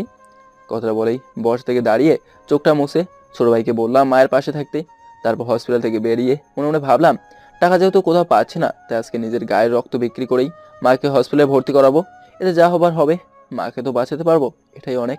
তারপর একটা হসপিটালে গিয়ে 2 ব্যাগ রক্ত বিক্রি করে আসলাম। আর এই রক্তের জন্য তারা আমাকে 15,000 টাকা দিল, কারণ তাদের হসপিটালে এক অপারেশনের রোগী ছিল যার কিনা ইমার্জেন্সি ও পজিটিভ রক্তের প্রয়োজন ছিল। আমি সময়ত রক্ত না দিলে হয়তো লোকটা মারা যেত। আমার শরীর থেকে 2 ব্যাগ রক্ত নেওয়ার পর আমার মাথাটা কেমন যেন ঝিনঝিন করছে আর শরীরটাও দুর্বল হয়ে পড়ছে, কিন্তু তবুও হাল ছাড়লাম না। ওই অবস্থাতেই তাড়াহুড়ো করে হসপিটালে যাচ্ছিলাম। আর তখনই ছোট ভাই কল দিল, তাই কল রিসিভ করতেই ছোট ভাই কান্না করছে। আমি ছোট ভাইয়ের কান্নার শব্দ শুনেই কিছুটা উত্তেজিত হয়ে বললাম, কিরে কি হয়েছে, কান্না করছিস কেন? ভাইয়া তুমি একটু তাড়াতাড়ি হসপিটালে আসো। কেন, কি হয়েছে? না ভাইয়া, তেমন কিছু না, তুমি একটু তাড়াতাড়ি আসো। আচ্ছা আচ্ছা আমি আসছি। কথাটা বলেই কলটা কেটে দিয়ে একটা রিক্সা নিয়ে হসপিটালে যেতে লাগলাম। কিন্তু ছোট ভাইয়ের কথাটা কেমন যেন মনে হলো, একটুও ভালো লাগলো না। আর বুকের মধ্যেও কেমন যেন ফাঁকা ফাঁকা লাগছে। মায়ের কিছু হয়নি তো? না না, আমি কি ভাবছি, মায়ের কিছুই হবে না, আমি মায়ের কিছুই হতে দেব না। তারপর তাড়াতাড়ি করে হসপিটালে যেতেই দেখি মা যেখানে ছিল সেখানে অনেক বড় ভিড়।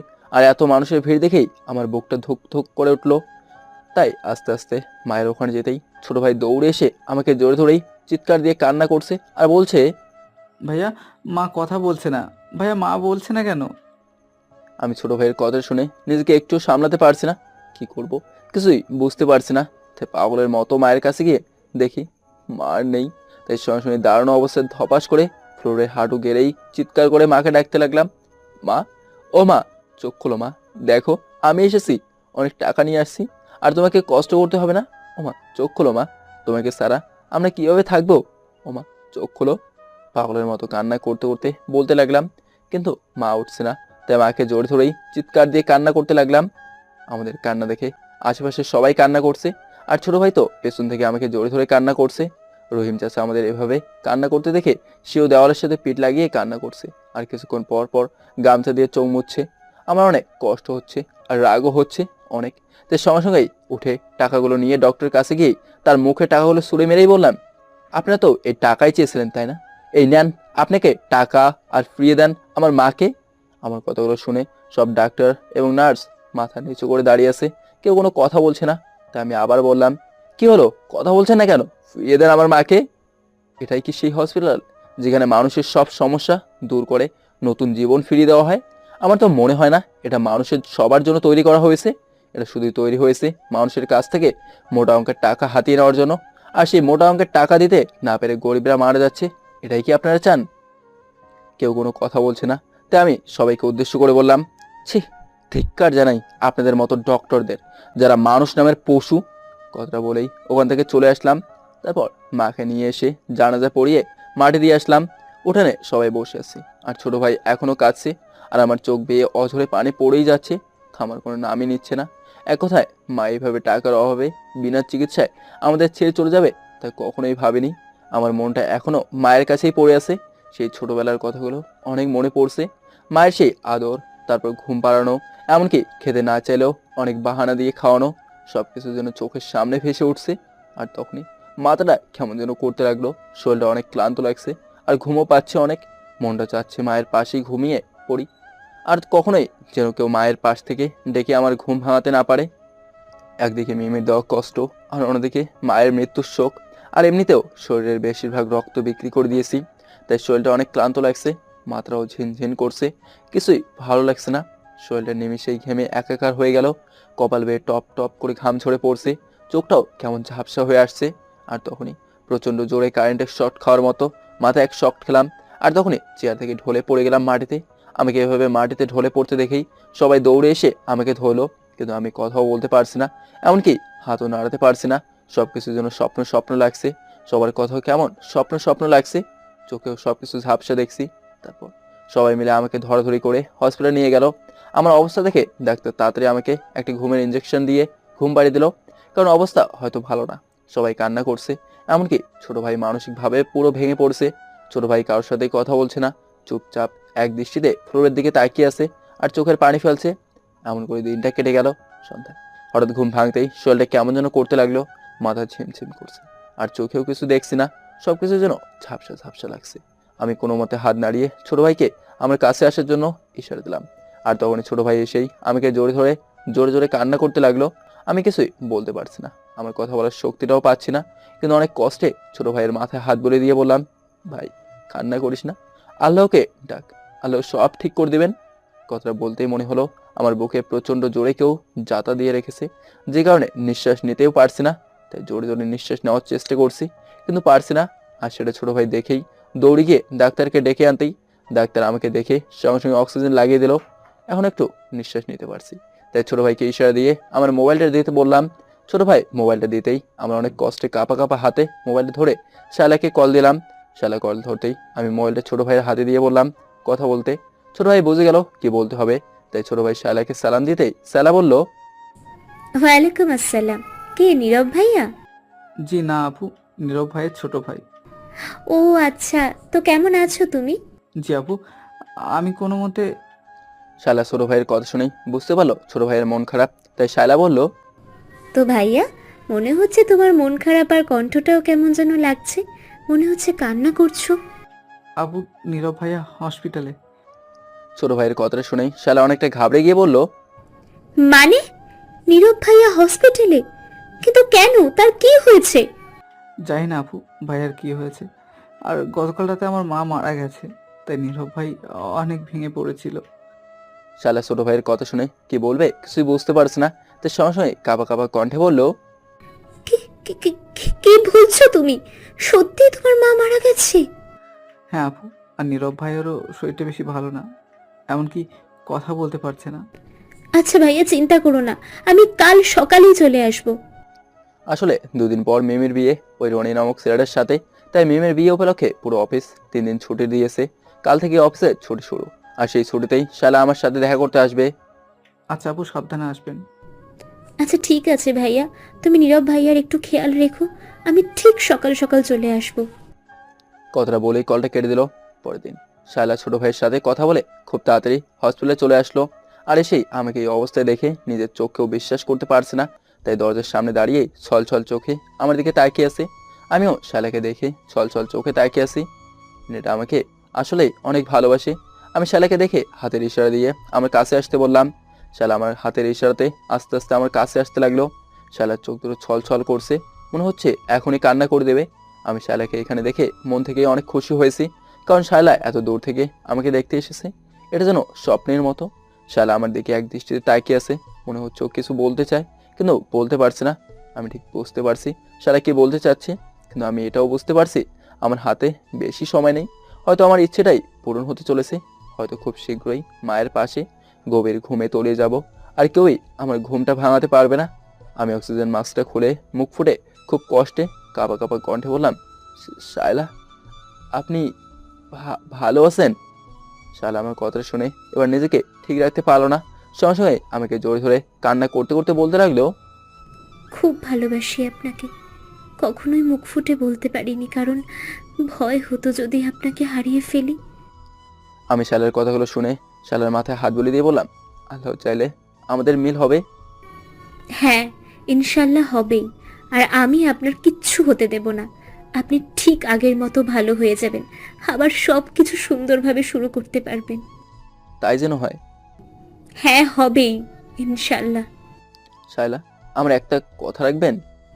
হ্যাঁ বলেন, কি করতে হবে? আমাকে একটা চিঠি লিখে দেবেন, আর সেটা একটু কষ্ট করে মিমির বিয়ের দিন মিমির হাতে দেবেন প্লিজ। না করবেন না? আরে কি বলছেন এসব? না করব কেন? কি লিখতে হবে বলেন, আমি লিখে দিচ্ছি। শালার কথাটা শুনেই ছোট ভাই দৌড়ে গিয়ে একটা কাগজ আর কলম দিয়ে এসে শালার হাতে দিল। জি, এবার বলেন কি লিখতে হবে। শালা কাগজ কলম নিয়ে লেখার জন্য প্রস্তুত হলো, আর আমি খুব কষ্ট করে আস্তে আস্তে সবকিছু বলতে লাগলাম, আর শালা খুব সুন্দর করে লিখতে লাগলো। আমি শালাকে কথাগুলো বলছি আর আমার চোখের কোণ বেয়ে পানি গড়িয়ে পড়ছে, আর শালাও লিখতে লিখতে চোখের পানি ফেলছে। 5 মিনিটের লেখা প্রায় আধা ঘন্টা শেষ হলো, কারণ আমার কথা বলার শক্তি ছিল না। শালাকে যেভাবে বলেছি শালা ঠিক ওইভাবেই লিখেছে। শালা লেখা শেষ হলেই শালা টিস্যু দিয়ে চোখটা মুছে বলল, ভাইয়া লেখা শেষ। শালা আপনাকে যে কি বলে ধন্যবাদ দেব ভাষায় খুঁজে পাচ্ছি না। আপনি আসলেই অনেক ভালো একটা মেয়ে। ভাইয়া এখন আপনি কথা বলবেন না প্লিজ, কথা বললে হয়তো আপনার কষ্ট হবে। আমি আজকে একটু বেশি ইমোশনাল হয়ে পড়ছি, আর কথাও বলেছি অনেক, যে কারণে অনেক কষ্ট হচ্ছে। শালার কথাটা শুনে কিছু বলতে যাব, আর তখনই সেই ঘটনাটা আবার ঘটলো। মনে হলো মাথায় অনেক জোরে কারেন্টের মতো কিছু একটা শক দিল, আর সঙ্গে সঙ্গেই চোখ দুটো পুরো ঝাপসা হয়ে গেল। নিঃশ্বাস নিতে পারছি না, অনেক কষ্ট হচ্ছে। জোরে জোরে নিঃশ্বাস নেওয়ার চেষ্টা করছি, তা দেখেই শালা অনেকটা ঘাবড়ে গেল। তাই সঙ্গে সঙ্গেই বসা থেকে উঠে অক্সিজেন মাস্কটা আমার মুখে দিয়ে জোরে জোরে চিল্লিয়ে আপনাকে বলতে লাগলো। ছোট ভাই দৌড়ে আমার কাছে এসে কান্না করতে লাগলো। আমার কিছুই ভালো লাগছে না, নিঃশ্বাস বন্ধ হয়ে আসছে, তাই নিঃশ্বাস নিতে না পারায় ছটফট করতে লাগলাম। শরীরটাও ঠান্ডা হয়ে আসছে। শালা আমার এই অবস্থা দেখে মুখে হাত দিয়ে জোরে জোরে কান্না করতে লাগলো। ইতিমধ্যে ডাক্তার চলে এসেছে। ডাক্তার এসে তাড়াতাড়ি আমার মুখ থেকে অক্সিজেন মাস্কটা খুলে দিল, কারণ সেটার কারণে আরো নিঃশ্বাস নিতে পারছি না। কিন্তু ডাক্তার মাস্কটা খোলার সঙ্গে সঙ্গেই শরীরটা জোরে ঝাঁকুনি দিয়ে শেষ নিঃশ্বাস বের করে দিল। এখন আর কিছুই দেখতে পারছি না, আর না পারছি কথা বলতে, আর কখনো চাইলেও কথা বলতে পারবো না। আমার ইচ্ছেটাই পূর্ণ হলো। মায়ের সাথে গভীর ঘুমে তলিয়ে গেলাম। কখনোই কেউ আমাকে ডেকে তুলতে পারবে না, আর কখনো ঘুমটাও ভাঙবে না। সবার আমার জন্য কান্না করবে, কিন্তু কেউ আমাকে আর কখনোই দেখতে পারবে না। জানি না জীবনে কখনো কোনো ভুল করেছিলাম কিনা, আর যদি করেই থাকি সবার কাছে ক্ষমা চাই। শালাকে বলে দিয়েছিলাম আমার লেখা কথাগুলো মিমির বিয়ের দিন যেন মিমির হাতে দেয়। আমি মিমিকে বারবার সত্যি কথাগুলো বলতে চেয়েছি, কিন্তু মিমি কখনোই আমার সেই কথাগুলো শোনেনি। অনেক বলতে চেয়েছি কিন্তু পারিনি, আর সেই না বলা কথাগুলোই লিখে মিমিকে জানাতে হলো। আর না বলে কোনো উপায়ও নেই। কারণটা হলো আমি চাই না আমার মৃত্যুর পরেও মিমি আমাকে ক্ষমা না করুক। হ্যাঁ, দোষটা হয়তো আমারই ছিল, কিন্তু তার পেছনে আরেকজনের হাতও ছিল। সে হলো মিমির বাবা। অন্তত মিমি সত্যি কথাগুলো জানার পর আমাকে ক্ষমা তো করে দেবে, এটাই অনেক। আমি চাই মিমি যেন আমাকে মন থেকে ক্ষমা করে দেয়। আমার প্রতি ওর যত রাগ, অভিমান, এমনকি ঘৃণা তৈরি হয়েছে, সব যেন ভুলে গিয়ে আমাকে ক্ষমা করে দেয়। মৃত্যুর আগে মিমিকে খুব দেখতে ইচ্ছে করছিল, কিন্তু মিমি তো আমাকে দেখতে কখনোই আসবে না। এজন্য মিমিকে বলিনি, আর আসারও দরকার নেই। এখন আমি চাই না আমাকে এই অবস্থায় সামনাসামনি দেখে মিমি কষ্ট পাক। এখন আর কিছুই করার নেই। এখন গল্পটা হয়তো এখানেই শেষ। সবাই কান্না করছে, আর ছোট ভাই অনেক কষ্টে মানসিকভাবেই ভেঙে পড়ছে। কান্না করতে করতে এখন ও আর কান্না করতে পারছে না। অন্যমনস্ক হয়ে এক দৃষ্টিতে নিচের দিকে তাকিয়ে আছে, হয়তো আগের কথাগুলো ভাবছে। তারপর আমাকে বাসায় নেওয়া হলো। তারপর ইসলামের বিধান অনুযায়ী সবকিছু সম্পূর্ণ করে আমাকে দাফন করা হলো। শালা এখন আমাদের বাসায় আছে। ছোট ভাই কিছুতেই আমার মৃত্যুটা মেনে নিতে পারছে না, কারণ একদিন আগে মা মারা গেল। তারপরের দিনে একমাত্র বড় ভাই, এখন তো আর ছোটর কেউই রইল না, এতিম হয়ে গেল। শালা চেয়ারে বসে রান্না করছে, আর কিছুক্ষণ পর পর ছোটর দিকে তাকাচ্ছে। হয়তো ছোটর প্রতি শালার মায়া হচ্ছে, কারণ ছেলেটা তো এখন কেউ রইল না। আগামীকাল মিমির বিয়ে, তাই একদিন আগে সবাইকে ছুটি দিয়ে দিয়েছে। সারাদিন পার হয়ে বিকাল হয়ে গেল। এখন শালার ঢাকা ফিরে যেতে হবে, কিন্তু শালার মন কিছুতেই যেতে চাচ্ছে না। তবু শালাকে যেতে হবে। শালা চলে যাবে, কিন্তু বারবার ছোটর দিকে তাকাচ্ছে। হয়তো ছোটর প্রতি মায়া হচ্ছে। শালা কিছুক্ষণ ছোটর দিকে তাকিয়ে কি যেন ভাবলো, পরে ছোটর কাছে গিয়ে বসে বলল, ইয়াসিন, ভাই আমার একটা কথা রাখবে? ছোট শালার কথা শুনে শালার দিকে অসহায়ের মতো তাকালো, কিন্তু কিছুই বললো না। দেখো ইয়াসিন, আমি কিন্তু নীরব ভাইয়াকে অনেক ভালোবাসতাম, কিন্তু আল্লাহ তো সবার কপালে সবাইকে রাখে না। আর যারা ভালো মানুষ, আল্লাহ তাদের পছন্দ করেই খুব তাড়াতাড়ি তার কাছে নিয়ে যায়। শালার কথা শুনে এবার ছোট ভাই চোখের পানি ছেড়ে দিয়ে কান্না করে দিল। ছোটর কান্না দেখে শালা তার ব্যাগ থেকে টিস্যু বের করে ছোটর চোখের পানি মুছে দিয়ে বলল, ইয়াসিন, তুমি নীরব ভাইয়ার আপন ছোট ভাই, আর আমি নীরব ভাইয়াকে অনেক ভালোবাসতাম। সেই অনুযায়ী তুমিও আমার ছোট ভাইয়ের মতো। আর এমনিতেও আমার কোনো ছোট ভাই নেই, তাই তুমি যদি আমাকে আপন বড় বোনের মতো ভাবতে পারো, তাহলে আমি তোমাকে আমার আপন ছোট ভাইয়ের মর্যাদা দিয়ে আমার সাথে আমার বাসায় নিয়ে যেতে চাই। তুমি কি যাবে আমার সাথে? ইয়াসিন শালার কথা শুনে কি বলবে কিছু বুঝতে পারছে না। ইয়াসিন মনে মনে ভাবলো, ও তো এখন এতিম হয়ে গেছে, আর এমনিতেও ওরও কোনো বড় বোন নেই। সে অনুযায়ী শালার সাথে গেলেই ভালো হবে।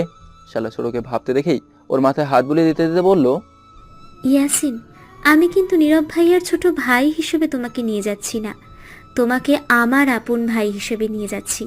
আর সেখানে তুমি অনেক ভালো থাকবে, কারণ আমার মা বাবা তোমাকে ঠিক তাদের ছেলে হিসেবে দেখবে। ইয়াসিন শালার কথা শুনে আবারও চোখের পানি ছেড়ে দিয়ে শালাকে জোরে ধরে কান্না করতে লাগলো। শালাও ইয়াসিনকে জোরে ধরে কান্না করতে লাগলো। তারপর শালা সবাইকে বলে ইয়াসিনকে নিয়ে ঢাকাতে চলে আসলো।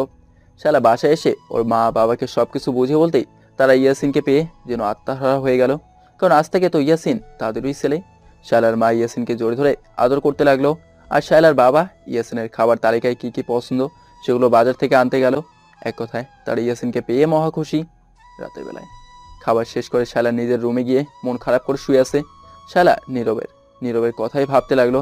তারপর শালা মনে মনে ভাবলো মিমির হাতে কিভাবে ওই লেখাটা দেবে, আর মিমি ওই লেখাটা দেখে কি বা বলবে। তারপর এক পর্যায়ে রাত শেষে দিন চলে আসলো। আজ মিমির বিয়ে, তাই শালাকে আজকে মিমির হাতে ওই লেখার কাগজটা দিতেই হবে। শালা একটু সাজুগুজু করেনি, সবসময় যেভাবে থাকে ঠিক তেমনভাবে মিমির বাসায় গেল।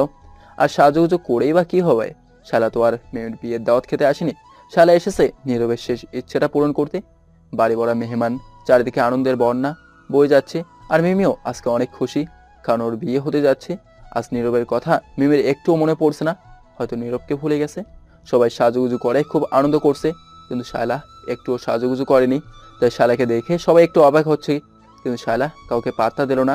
একটু পরেই কাজে এসে মিমি এবং রনের বিয়ে পড়াবে, তাই মিমি আর রনের পাশাপাশি দুটো চেয়ারে বসে আছে, আর দুজনের দিকে তাকিয়ে মিটিমিটে হাসছে।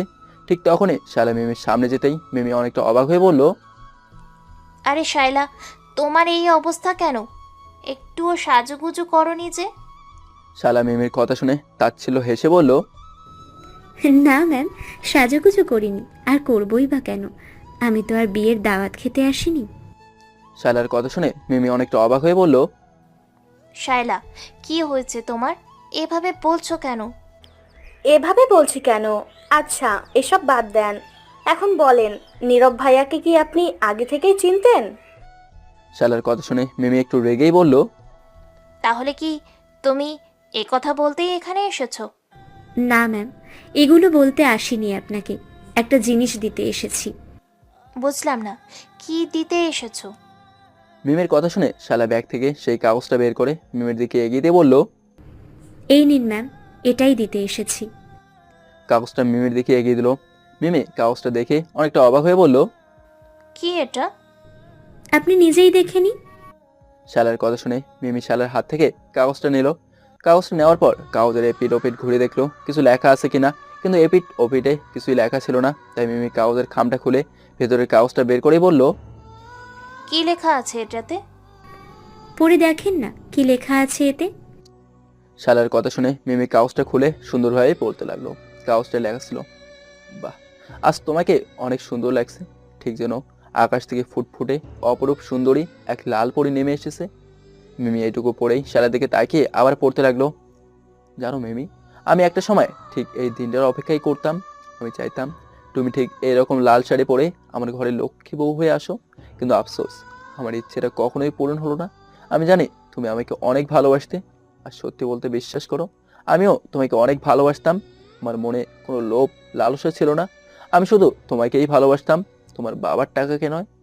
মিমি এইটুকু পড়ে আবারও শালার দিকে তাকিয়ে আবারও পড়তে লাগলো, আর হ্যাঁ, আমি জানি আমাকে ভালোবেসে তুমি অনেক কষ্ট সহ্য করেছো, কিন্তু বিশ্বাস করো আমি কখনোই তোমাকে কষ্ট দিতে চাইনি। আমি সবসময় চেয়েছি তোমার মুখে যেন মিষ্টি মাখা হাসিটা সবসময় থাকে, যে হাসির ভরসায় আমি সারা জীবন কষ্ট থেকেও ভালো থাকবো। তুমি হয়তো আমাকে এখন আর ভালোবাসো না, কারণ তোমার কাছে এখন আমি লায়ার এবং ক্যারেক্টারলেস, কিন্তু আমি মোটেও এমনটা না। আর সেদিন আমি নির্মম এক পরিস্থিতির শিকার হয়ে গিয়েছিলাম। আমাকে সেদিন ইমোশনাল ব্ল্যাকমেল করা হয়েছিল, আর সেই ইমোশনাল ব্ল্যাকমেল করেছিল তোমার বাবা। তোমার বাবা কখনোই চায়নি তোমার আর আমার সম্পর্কটা টিকে থাকুক। সেদিন তোমার বাবা আমাকে অফিসে ডেকে নিয়ে তোমাকে ভুলে যেতে বলেছিল, বিনিময়ে আমাকে 50 লাখ টাকা দেবে, কিন্তু সেদিন আমি সেই টাকাটা নেইনি। তাই সে আমাকে এমনভাবে ইমোশনাল ব্ল্যাকমেল করেছিল যাতে আমি পুরোপুরি ফেঁসে গিয়েছিলাম। তোমার বাবা তোমাকে ভুলে যাওয়ার জন্য আমার কান্না করে আমার পা পর্যন্ত জড়িয়ে ধরেছিল, কিন্তু আমি তাতেও তোমার বাবার কথায় রাজি হইনি। তাই সে আমার বাবার দোহাই দিয়ে আমাকে তাড়িয়ে দিয়েছিল, তাতে আমার আর কোনো পথ ছিল না। আমি কান্না করতে করতে তোমার বাবাকে বলেছি আমি তোমাকে এখনো অনেক ভালোবাসি, আমি কখনোই তোমাকে ভুলতে পারবো না, কিন্তু তবুও তোমার বাবা শোনেনি, আমাকে অনেকভাবে ইমোশনাল ব্ল্যাকমেল করছে। আমি কখনোই তোমার বাবার সাথে আমার বাবার পার্থক্য খুঁজে পাইনি, আমি এক চোখে দেখেছি। তাই তোমার বাবার জায়গায় যদি আমার বাবা থাকতো তাহলে কি আমি তার কথা ফেলতে পারতাম? হয়তো কখনোই পারতাম না। তাই সেদিন তোমার বাবার কথাই মেনে নিয়েছিলাম, কিন্তু বিশ্বাস করো আমি কোনো টাকা নেইনি বা চাইনি, ওটা তোমার বাবার সাজানো কথা ছিল যাতে আমার প্রতি তোমার ঘৃণা তৈরি হয়। মিমি কথাগুলো পড়েই ইমোশনাল হয়ে গেল, ওর চোখ দুটো ছলছল করছে, কিন্তু তবুও আবার পড়তে শুরু করলো। আর তোমার বাবা বলেছিল তোমাকে যেন সত্যি কথাটা না বলি। হ্যাঁ, আমি তোমার বাবার কথাটাই রেখেছিলাম, আমি কখনোই তোমাকে সত্যিটা বলিনি। সেদিন আমি মিথ্যে বলেছিলাম, কিন্তু বিশ্বাস করো আমি একটুও ভালো ছিলাম না, অনেক কষ্ট পেয়েছিলাম, আর সেদিন অনেক কান্নাও করেছিলাম। আমি প্রতিদিনই তোমাকে হারানোর কষ্টে নিজেকে ঘরবন্দি করে রাখতাম আর কান্না করতাম। তারপর মাঝে মাঝে লুকিয়ে তোমাদের বাসের সামনে দাঁড়িয়ে থেকে তোমাকে এক নজর দেখতাম। তারপর হঠাৎ করেই তোমাকে আর দেখিনি। শুনেছিলাম তুমি নাকি পড়াশোনার জন্য কানাডা চলে গিয়েছো, আর এই খবর পেয়ে অনেক ভেঙে পড়েছিলাম। তারপর 5 বছর পর যখন তোমার অফিসে যাই, তখন তোমাকে দেখে অনেক অবাক হয়ে গেছিলাম, কারণ আল্লাহ হয়তো আমার কথা শুনেছিল। আমি আল্লাহকে প্রতিদিন বলতাম মৃত্যুর আগে একটাবার যেন তোমাকে দেখতে পাই। কিন্তু দেখো আমার ভাগ্যটা কত ভালো ছিল, এক নজর কেন তোমাকে প্রতিদিনই ভালোভাবে দেখতাম। তুমি আমাকে অনেক কষ্ট দিয়েছিলে, কিন্তু আমি ওই কষ্টটা একটু পুষে রাখিনি, কারণ যত কষ্টই হোক না কেন তোমাকে তো দেখতে পাচ্ছি, এটাই অনেক ছিল। মিমির চোখ দিয়ে এবার পানি ঝরে পড়ছে। মিমি কি বলবে কিছুই বুঝতে পারছে না, তাই মিমি আবারও পড়তে লাগলো, জানো মিমি, তোমাকে আমি অনেকবার সত্যি কথাগুলো বলতে চেয়েছি, কিন্তু আমার প্রতি তোমার এতটাই ঘৃণা চলে এসেছিল যে কারণে আমার কথা শোনা তো দূরের কথা, আমাকে সহ্যই করতে পারতে না। জানো তোমার অফিসে জয়েন করার 4 মাস আগে আমার বাবা মারা যায়। অনেক কষ্ট পেয়েছিলাম, কারণ আমার বাবা ছিল বট গাছের মতো, সবসময় আমাকে সাড়া দিত না। কিন্তু বাবা মারা যাওয়ার পর আমাকে ছায়া দেওয়ার মতো কেউ ছিল না, আর আমি এতটাই হতভাগ্যা গরিব ছেলে যার কাছে কোনো টাকাও ছিল না। সেজন্য টাকার অভাবে 2 দিন আগে আমার মা মারা যায়। আমি আমার গায়ের সবটুকু রক্ত বিক্রি করে দিয়েছিলাম, কিন্তু তবুও মাকে বাঁচাতে পারিনি, কারণ তখন অনেক দেরি হয়ে গিয়েছে। আমি কখনোই চাই না তোমার মনে আমার জন্য তৈরি হওয়া ঘৃণা এবং কষ্ট সারা জীবন পুষে রাখো। তাই সেই না বলা কথাগুলো লিখেই বলে দিলাম। দয়া করে আমাকে ক্ষমা করে দিও। আমার প্রতি যে রাগ, অভিমান, ঘৃণা তৈরি হয়েছিল সবকিছু ভুলে গিয়ে আমাকে ক্ষমা করে দাও। এটাই আমার শেষ ইচ্ছে।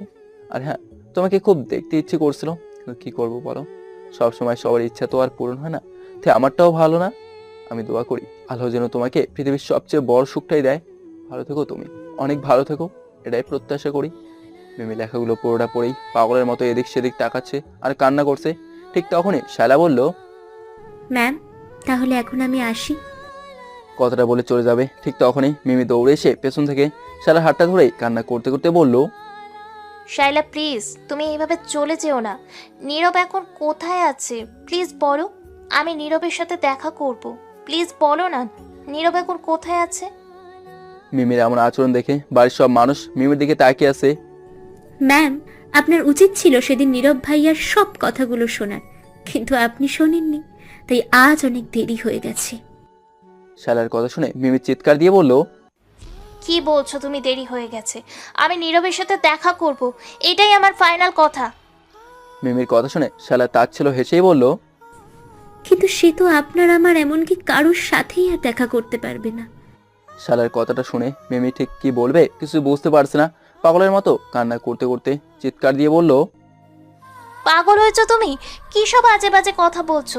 নীরব কোথায় আছে সেটা বলো। শালা এবার আর কোনো কথা না পেঁচিয়ে সোজাসুজি বলে দিল, নীরব ভাইয়া আর বেঁচে নেই। গতকাল পৃথিবীর মায়া ত্যাগ করে চলে গেছে। শালার কথা শুনে মিমি না বলে জোরে একটা চিৎকার দিয়েই স্তব্ধ হয়ে গেল। আর কোনো কথাই বলছে না। আসলে মিমি এখনো নীরবকে ঠিক আগের মতোই ভালোবাসতো, কিন্তু সেই ভালোবাসার উপরে ঘৃণার স্তর পড়ে গিয়েছিল, যে কারণে ভালোবাসাটা প্রকাশ করতে পারেনি। আর আজ সেই ঘৃণার স্তরটা ভেদ করে ভালোবাসাটা বেরিয়ে এসেছে, কিন্তু খুব দেরি হয়ে গেছে। তাই আজ মিমি নীরবকে হারালো। মিমি নীরবের মৃত্যুর কথা শুনে এতটাই মানসিকভাবে শক খেয়েছে যা ধারণার বাইরে। মিমি কোনো কথাই বলছে না, এখনো স্তব্ধ হয়ে দাঁড়িয়ে আছে। মিমির ভাবসাব একটু সুবিধার না। মিমিকে দেখে কেমন যেন মনে হচ্ছে। তাই শালা কিছুটা ঘাবড়ে গিয়ে মিমির হাতের ডানা ধরে ঝাঁকিয়ে বলল, ম্যাম, আপনি ঠিক আছেন তো? আর তখনই মিমি ফ্লোরে লুটিয়ে পড়লো। মিমিকে ফ্লোরে লুটিয়ে পড়তে দেখেই শায়লা চিৎকার দিয়ে পিছুপা হয়ে মিমির দিকে তাকিয়ে আছে। আসলে মিমিও পৃথিবীর মায়া ত্যাগ করছে। নীরবের মৃত্যুর কথা মিমির সহ্য হয়নি। মিমি এতটাই মানসিকভাবে শক খেয়েছে, যার ফলে মিমিও পৃথিবীর মায়া ত্যাগ করে চলে গেল। মিমিকে এই অবস্থায় দেখে সবাই দৌড়ে এসে মিমিকে ধরাধরি করলো, কিন্তু যখনই বুঝতে পারলো মিমি আর নেই, ঠিক তখনই সবাই মিমির কাছ থেকে সরে গিয়ে কান্না করতে লাগলো। আজ আবারও ভালোবাসা হেরে গেল মিথ্যের কাছে। আজ একটা মিথ্যের জন্যই দুটা জীবন এভাবেই পৃথিবীর মায়া ত্যাগ করলো। তাই সবাইকে একটা কথাই বলতে চাই, ভালোবাসা কখনো ধনী, গরিব, কালো, ফর্সা দেখে হয় না। ভালোবাসতে হলে সুন্দর একটা মন থাকা লাগে, যে মনে কখনোই থাকবে না অহংকার আর থাকবে না লোভ, লালসা। তাহলে এই পৃথিবীটা অনেক সুন্দর হবে এবং ভালোবাসায় ভরপুর হবে।